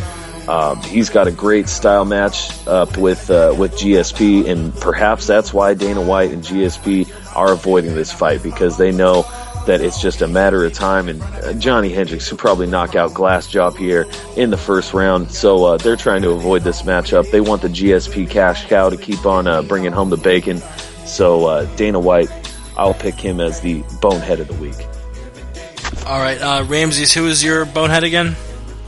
The one that I came up with, or the one that I picked? The one you picked. Tyson Fury. Tyson Fury, true. So that gives the win to Dana White. You are bonehead of the week. If GSP leaves the weight class to go fight Anderson, he better be leaving forever, because the fact that Johnny Hendricks could just be fighting for an interim belt next or something, that's fucking ridiculous. Hendricks deserves it. And yeah, he's been so impressive. Dana White, you're a bonehead. And Ray, I guess you're signing off? Are you with us? Did you already sign off? I'm going to sign off. It's gone past midnight. But of course, I'll be back. I'll be back as normal for next week. What are you gonna fucking turn into a werewolf over there? What happens at midnight? I'll turn into a Ramses.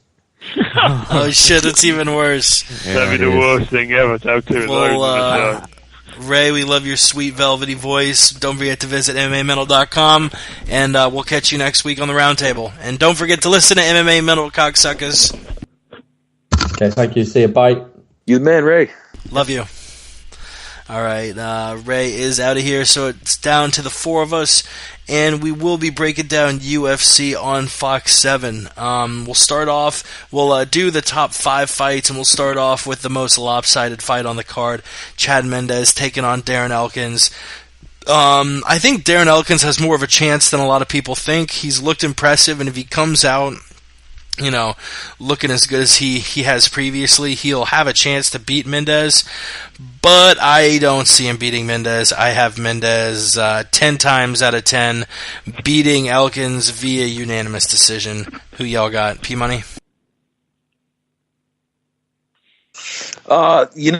Elkins, he's been looking pretty damn good at 145, but you got to go with Mendes in this one. He's been at 145. He's been doing his thing. Only loss in his whole career was to Jose Aldo, getting knocked the fuck out like a chump in the first round. Don't see that happening against Elkins. As good as Elkins is looking, Chad Mendes is not Brazilian. He has wrestling, and he's got wrestling chops for days. This is the handling.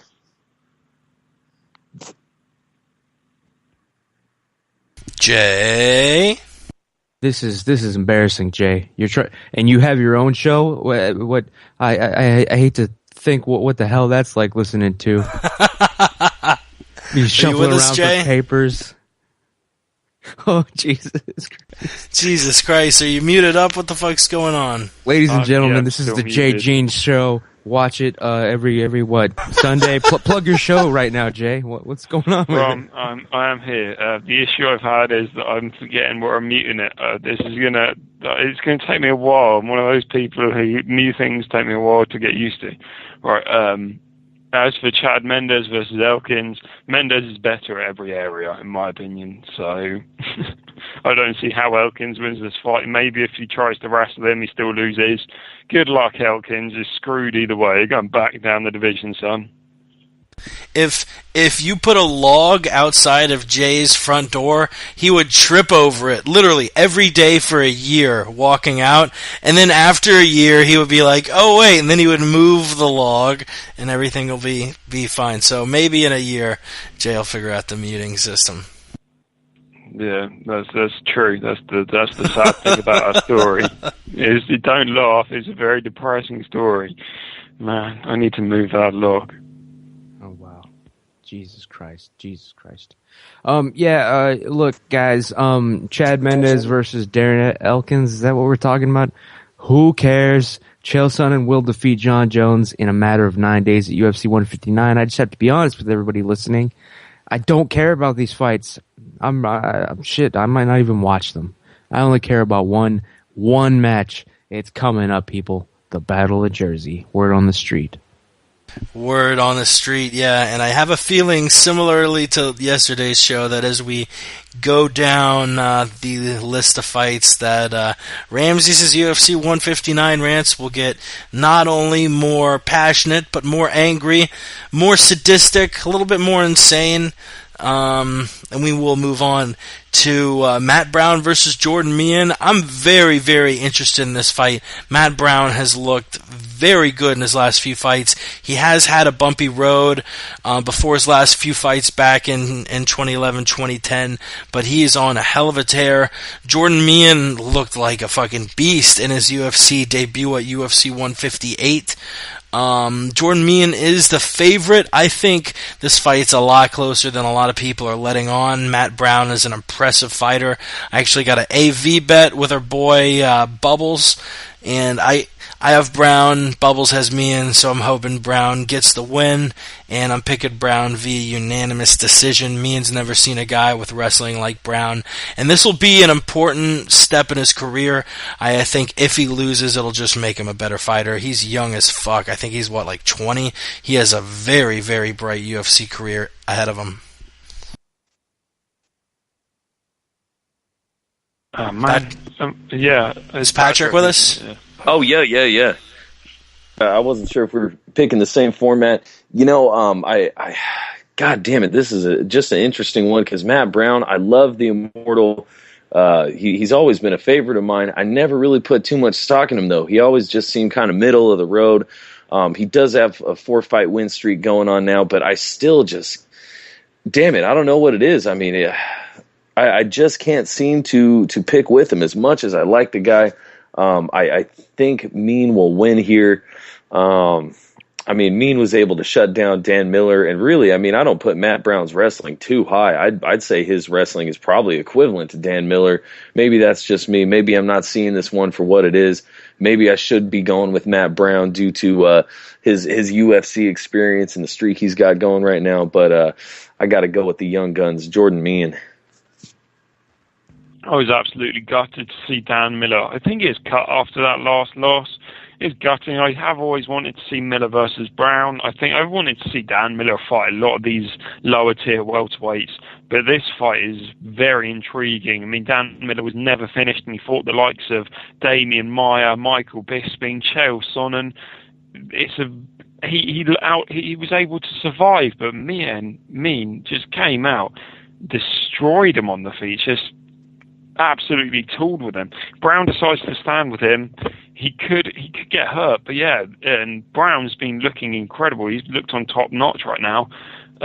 Even his wrestling's improved. The funniest thing I've ever seen was Matt Brown saying that, I know it's weird coming from a guy like me, but I'd love the chance to get my crack at GSP. It's crazy, but this guy, he's really starting to come into his own. But man, right now it's hard not to side with Jordan Mean. He's still very young. He's got a hell of a bright career. This is going to be a big win if he can get it. Oh man, oh Jesus Christ. Well, I will say this about I'll say something real quick about this one because I do have a thing against people named Matt Brown because I worked with one, and he was a worthless piece of human garbage. He should never have been born. His daddy definitely should have pulled out that night. So Jordan Mean will defeat him. Just like Chael Sonnen will defeat John the Leprechaun Broken Yellow Bones Jones April 27th, the Battle Jersey UFC 159, only on pay-per-view. Word on the street, cocksuckers. Cocksuckers. That brings us to Nate Diaz taking on Josh Thompson. Nate Diaz coming off a loss to Benson Henderson in the UFC Lightweight Championship at UFC on Fox 5. He faces Josh Thompson making his UFC debut, I do believe. He will be making his UFC debut. I think his last fight was also a championship fight that he lost. Both of these guys are coming off championship fights in the UFC and Strikeforce respectively. The winners of those two fights, coincidentally, will be fighting on the main card of this fight in Gilbert Melendez and Benson Henderson. Josh Thompson lost a much closer fight to Gilbert than Diaz lost to Bendo. Diaz got taken apart. But Thompson, what's going to be in Diaz's favor is he's training with Gilbert Melendez, who's fought Josh Thompson 3 times. I think Diaz is going to have a lot more insight into the kind of fighter that Thompson is than the other way around. And it's going to be an interesting fight, but I think Diaz has a edge both standing up and on the ground. And I got a second round Kimura by Nate Diaz. Solid choice, Jake. This is going to be a great scrap. This is actually going to be Josh Thompson's UFC return, if I'm not mistaken. I want to say he was fighting for the UFC maybe back in the 2004 days. Yep, he had 3 fights in the UFC. He was 2-1. He back in 2003-04, he beat Gerald Strebent and Hermes Franca, and then lost to the Thug Jitsu master Yves Edwards via flying head kick and punches, which took him out of the UFC at UFC 149. That vicious first round assault by Yves Edwards back at UFC 49. But sorry, go ahead. No. Yes, just like your boy P Money thought. Of course, how could you forget that? That's one of the epic highlight knockouts of UFC history. Yves Edwards over Josh Thompson. But you know what? In spite of that, Josh Thompson, he really is. He's a great fighter. Definitely a solid cat at 155. This guy, he's just been fucked by injuries throughout his career, and definitely a factor for me picking Nate Diaz in this fight. Nate Diaz just is a physical specimen. I mean, him and his brother, they got the unlimited cardio, impossible to knock out, great submissions, great strikes. They can finish you however the fuck they want. Josh Thompson, he's a versatile guy himself, though. So this is going to be a scrap. Throw in the fact that, Jake said, Thompson had been fighting Gilbert Melendez. They've got that 3-5 war. I'm sure Josh would like to get a decisive victory over a Cesar Gracie team member. And both of these guys coming off of losses, they're going to be fucking fired up. You don't think Nate's going to be pissed as fuck walking into the ring for this fight? You're mistaken. He's going to be heated. At least I fucking hope he is. This whole bullshit about him moving up to 170, what the fuck is that all about? But yeah, I'm picking Nate Diaz in this one as well. I think this will be a decision. The fight is incredibly interesting. I've actually got Thompson to pull this off. He trains out of AKA. Nate Diaz has never looked good at he's never looked good in terms of his wrestling. I think Josh Thompson's, they've even brought Gray Maynard in to help him train. So not only has he learned the grind from Fitch and Koscheck, but he's also now learned the power wrestling that Maynard possesses. Maynard's even beaten Diaz a couple of times. It's a really interesting fight. I'm actually tempted to put money on Josh Thompson. I might do that right now, to be honest. I think he's more than capable of mixing it up on the feet. I mean, Nate Diaz has said multiple times, that the best 155er in the world is Gilbert Melendez. And Gilbert Melendez is fighting Benson Henderson, and Nate Diaz looked a fool against. He didn't look like a fool, but Nate Diaz did get beaten by Benson. Gilbert has fought Josh Thompson multiple times, and all the fights were close. By that odds, I'm thinking that Gilbert Melendez has a chance against Benson Henderson. Josh Thompson should best Nate Diaz, according to that logic. I'm looking forward to the fight, and very rarely do you get the better wrestler coming in as the underdog, so that's why I might take them up on this. Jonathan Dwight Jones knew about 9/11 and did nothing to stop it. Do you understand me, people? He, quote unquote, it ain't my problem. Yeah, right, Johnny. Guess what's going to be your problem? You're going to go from champion to hospital patient all in one fucking single day. Wake up, son. It's all over. That is the word on the street. Do you have another point to add, P Money? Sir, I do. Jay, I don't want to be a negative Nancy. Got to jump in and correct you. Gray Maynard quote unquote, beat Nate Diaz once. It was a split decision in the UFC. It's the only thing most people can do to Nate Diaz. They just lay and pray. You can't hope to do much more than that. Nate should have got the decision in that one. But Nate finished Gray Maynard on the Ultimate Fighter 5 via triangle. Be it a pro fight or not, those should be counted as pro fights. But, due to the filming nature of the Ultimate Fighter, it counts as an exhibition fight. Nonetheless, he finished Gray Maynard. I want to see a trilogy in that fight before Nate Diaz leaves 155-pound weight class, because I think he'll fucking finish him again. Definitely. Do you have a response, Jay? I wanted to see them two go at it in a main event for the belt. I would have loved to see Nate Diaz take the title. I still want to see Gray Maynard or Nate Diaz take the title, go 5 rounds. It'd be the best story ever. From TUF to the championship, it would be the best trilogy you're ever going to see, and I'd love to see it. Preach. Preach on, brother. That brings us to the co-main event, the one I'm the most pumped for, because we're seeing the UFC debut of a guy I think is a top 5 pound for, or maybe not top 5, but the top 10 pound for pound guy in the world, Daniel Cormier, making his debut against Frank Mir. This is definitely going to be a test for him. This and the Josh Barnett fight are probably the two biggest matchups he's had, probably along with the Bigfoot fight too. He's starting to rack up some top opponents, but he has the luxury of choosing where the fight takes place. I don't think he's going to spend much time on the mat if he doesn't need to. He doesn't need to against Mir, and he shouldn't against Mir, because Mir is an animal on the ground. Cormier has excellent stand-up, and he can use that stand-up to, I think, finish Mir probably in the first round. Mir's shown he has somewhat of a glass jaw when really pressed, and Cormier's got some dynamite stand-up. And if he wins this fight, it's sounding like, as long as Kane doesn't lose to Bigfoot, which he shouldn't, I think Cormier moves down to 205 to take on the champion, and I think Cormier beats whoever is holding the belt at 205. P-Money?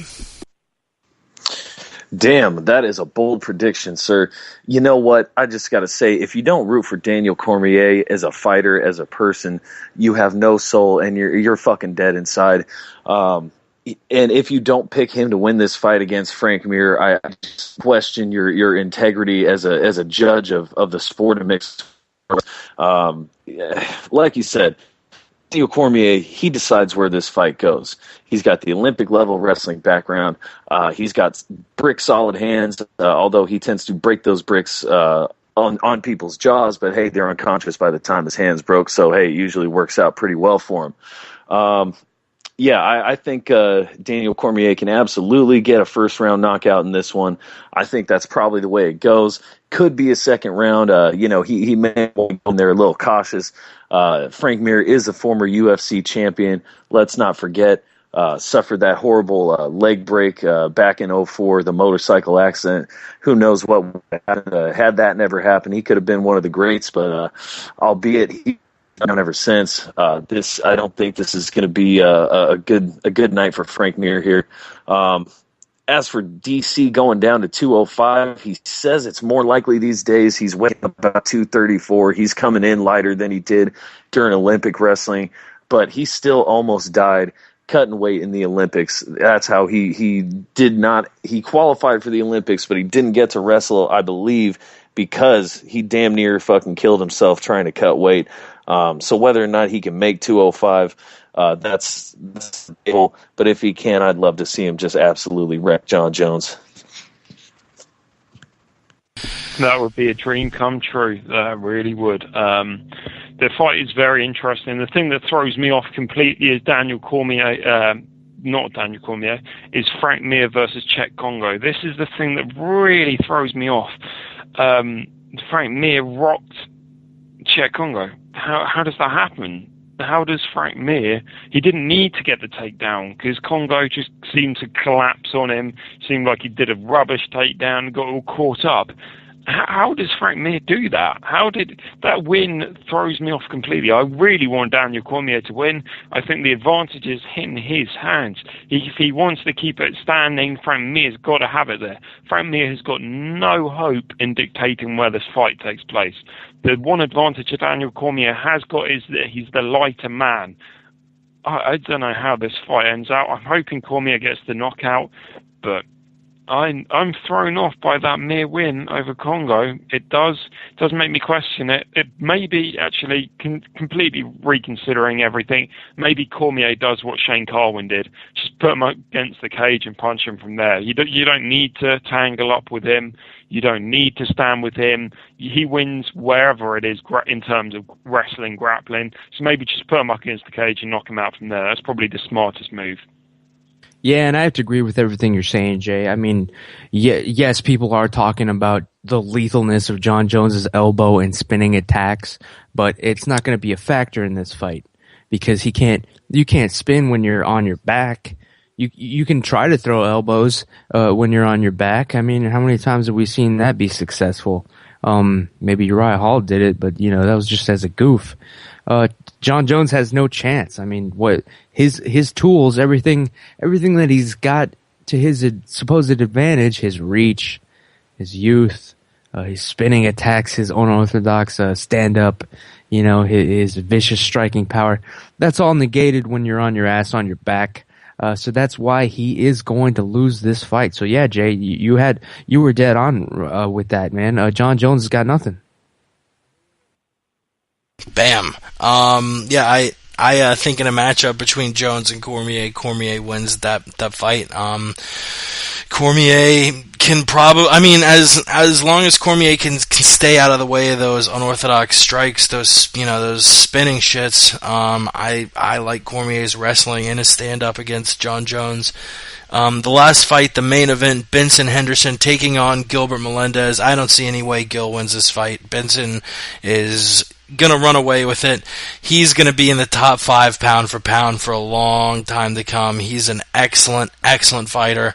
When he first started talking about, wanting to defend the belt 10 times like Anderson Silva, I rolled my eyes. I said, what the fuck ever, Bendo.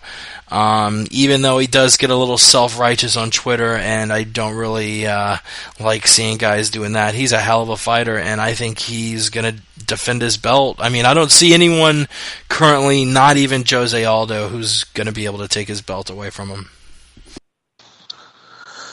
Damn, another bold in there, Jake. At least as far as no one taking Bendo's belt. I think we may have a couple prospects at 155 who are capable, but I don't think Gilbert Melendez is one of them. Gil is a solid fighter, probably top 5 at 155, absolutely top 10 at 155. But hey, you know what? Styles make fights. Gil could shock the world in this one. He does have a solid striking game about him. He does have some wrestling chops. I think generally everybody would agree he's got better wrestling chops than Nate Diaz. So that does make this a little bit of a different fight. But smart money is going on Benson Henderson. You got to take him at this point. Whether he wins the fight or loses the fight, see Benson's fights with Frankie Edgar. He gets the decision. So, yeah, I have to absolutely pick Benson Henderson here. Unanimous 25-minute decision. This is a strange matchup because I don't think Melendez is really, personally, I don't think he's proved his worth. I got Benson beating him in all aspects of the fight. I think this is a solid pick for Benson if you wanna, go out there and just if you want to make some easy money, and you want to just throw your entire bankroll at one guy, just put it on Benson Henderson. You get a little bit back. He's not a dominant favourite, but I don't really see Melendez really being able. Yeah, he's got good striking, but who's he really looked incredible against? It's nowhere near the level of Frankie Edgar. It's not quite. Even Nate Diaz, Benson Henderson was able to counter strike against.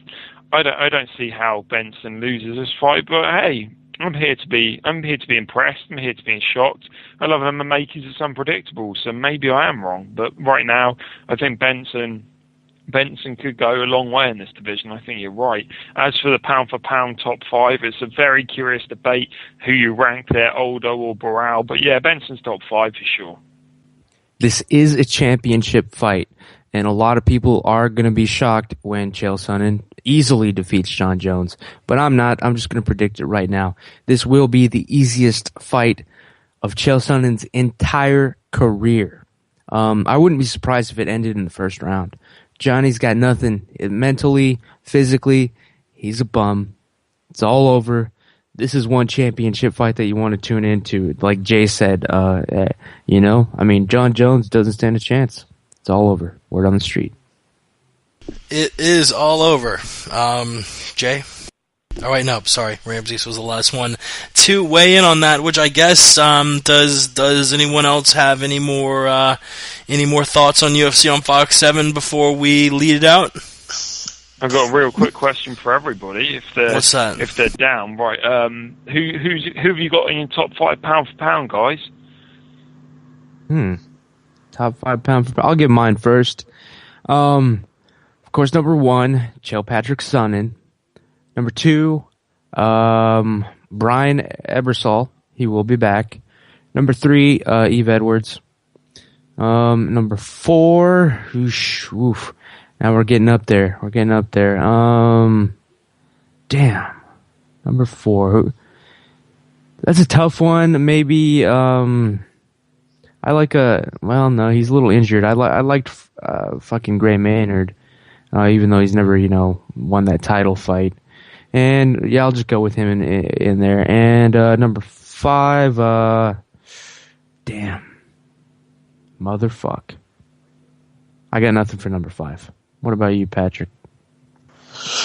You know what? I'd have to pull up my list, but off the top of my head, I think I've got Anderson number 1. I've got Po Boy Jones. Hate to say it, I got him listed as number 2.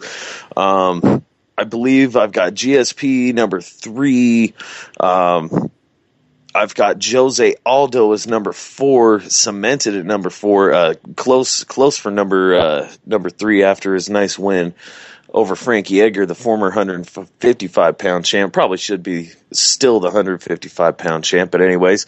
And then for number 5, I don't even know who I have for number 5, truthfully. Benson or Barral, pretty much. Benson, Barral, or Edgar. Yeah, that's kind of my thought. It's really got to be one of those guys. Who is it? It's got to be one of them. Geez, you know what? I'd have to say, you know what? Fuck that. I'm putting Dominic Cruz, number 5. He's been out for a while, but he only had one loss, and that was at 145 pounds to Uriah Faber in his WEC debut for the WEC title. It was a fight that was going almost exactly like their second fight. Only thing is, Dominic Cruz, he was green, didn't have that many fights under his belt. He shot for a takedown, got the takedown, but Uriah Faber ended up getting a guillotine, finished him off with a one-arm guillotine. Dominic Cruz, again, he was green if he had a little bit more experience, and I think he hadn't even been with a legit training camp going into that fight. It was after that fight when he first actually started legitimately training. He dropped down to 135. He's been undefeated since. Avenged his only loss. His record fits what we call the GSP standard. So I'm still putting him at number 5 until defeated. And I guess Jake last. I think 1, 2, and 3 are pretty easy. Anderson Silva, John Jones, and George St. Pierre. And I give Jones the edge over GSP just because of the finishes. And Anderson Silva is an easy number 1 for me. After Silva, Jones, and St. Pierre, I want to say I've got Aldo number 4 just because he's been tearing his weight class up, and Bendo number 5. That's interesting. That it's just interesting how people are saying that Benson and all this. I mean, there's clearly a top 3, and then after that you've got 5 guys who are all on the same block: Barao, Aldo, Benson, Cruz, and Edgar. They all seem to be those 5 are all the top. And it's just interesting to see what people have to say. Sorry to make this episode longer. I'm just curious when people are talking about the top 5. Some people don't even rank. Personally, I think I've got Barao slightly edging it over Aldo at the moment, but things change often. It's crazy it's crazy to consider a top 5. You know what? Real quick, just one of my only criteria when going over the theoretical pound for pound is the guys who fight in multiple weight divisions. So, I got Anderson number 1, of course, for being 16-0 in the UFC and having those fights at 185 and 205. Same thing with Dominic Cruz. That's why I got to put him at number 5 simply because of his record at 145 and at 135. And Jake, just like you, I've got John Jones at number 2 pretty much solely just because of his finishes. But not only that, all the guys he's beat are former champions. You can't say that about George St. Pierre. You can't say that about the guys he's fought. Everybody that John Jones has beat has pretty much just been a legend. I mean, fuck Machida, Shogun, Rampage, Rashad Evans. None of these guys are a joke. So yeah, there's a lot of factors that go into play. For sure. And I guess we'll wrap the podcast up with that little thought. And yeah, we're going to see a guy who's definitely top 10 pound for pound on Wednesday on Saturday at UFC on Fox 7. Make sure you tune into the prelims on Fox, or the prelims on FX, along with the actual main event on Fox. That's going to be this Saturday, April 20th. I believe the fights start on Fox at 8 o'clock Eastern, 5 p.m. Pacific, if I'm not incorrect. Thank you for tuning in the MMA Roundtable every Thursday, 5 to 7 Eastern, 2 to 4 Pacific, 10 to 12 in the PM. Patrick, you want to shout out MMA Mental? You're God right, I do, Jake, and thank you for giving me the opportunity to do so. Check out MMAmental.com. Follow MMA Mental on Twitter at MMA Mental. It's just the move you got to make. We always got the news popping off, updated just as quick as any site you like. Follow MMA Mental and check out all the interviews we got. We had Frank Trigg on earlier this week. We got just high quality interviews from top notch guests. They're coming all the time. They're coming nonstop. All you can do is follow at MMA Mental and check out MMAmental.com. That's the only way you can keep up. For Shizzle. Also, Jay Jean's podcast, Early Stoppage. You want to shout that out, Jay? Yes, please, man. I know that we've got Ray coming up next week. He should be out Tuesday night. We had Jake on this week, so check it out. It's on YouTube. It's on, if you want to find a link to it, I know it's on MMA Mental and it's even on MMA Victor. So check it out, give it a listen. It's only half an hour. I know that next week, as I said, we've got Ray coming on from MMA Mental, repping them. The week after, we're going to have Ramses, and that's going to be a fantastic show, I know for sure. And maybe even the week after, we can get Patrick on. Should be a laugh. Hopefully, it'll be good. And yeah, just listen to you there. Hell fucking yeah. Ramses, what's the word on the street? You people don't want to follow me, the Ant Jimmy Show on Twitter, the Ant Jimmy Show on Twitter. You want to unfollow me, you want to tell your friends to unfollow me, alright? Because you people don't want to know the truth about what goes on behind the scenes in the MMA world. You don't want the latest rumors and news. You don't want to feel better about yourself. You don't want her to come back to you. You're fine being miserable and alone, so unfollow me on Twitter, the Ant Jimmy Show. Word on the street. Word on the street. And don't forget to visit MMAVictor.com. Get involved on the forums, get involved with the picks, and listen to all of our shows on MMA Victor Radio, or check us out on iTunes and YouTube. As far as the MMA podcast goes, we're doing the late night Wednesdays, and if you want to listen to any of our episodes, check them out on YouTube. Just YouTube search the MMA podcast, subscribe to us. We post shows just like an hour after we're done with them. This will be up on YouTube in an hour under the name The MMA Roundtable 27. Thank you so much for tuning in. We will talk to you next week. For myself, for Chris, for Buffalo Dave, who we haven't seen in a long time, but we will get back on the roundtable at some point. For Ramses, Patrick, Jay, and myself, thanks a bunch for tuning in, and we will see you next week. We gone! We gone! Shadow of fucking mold.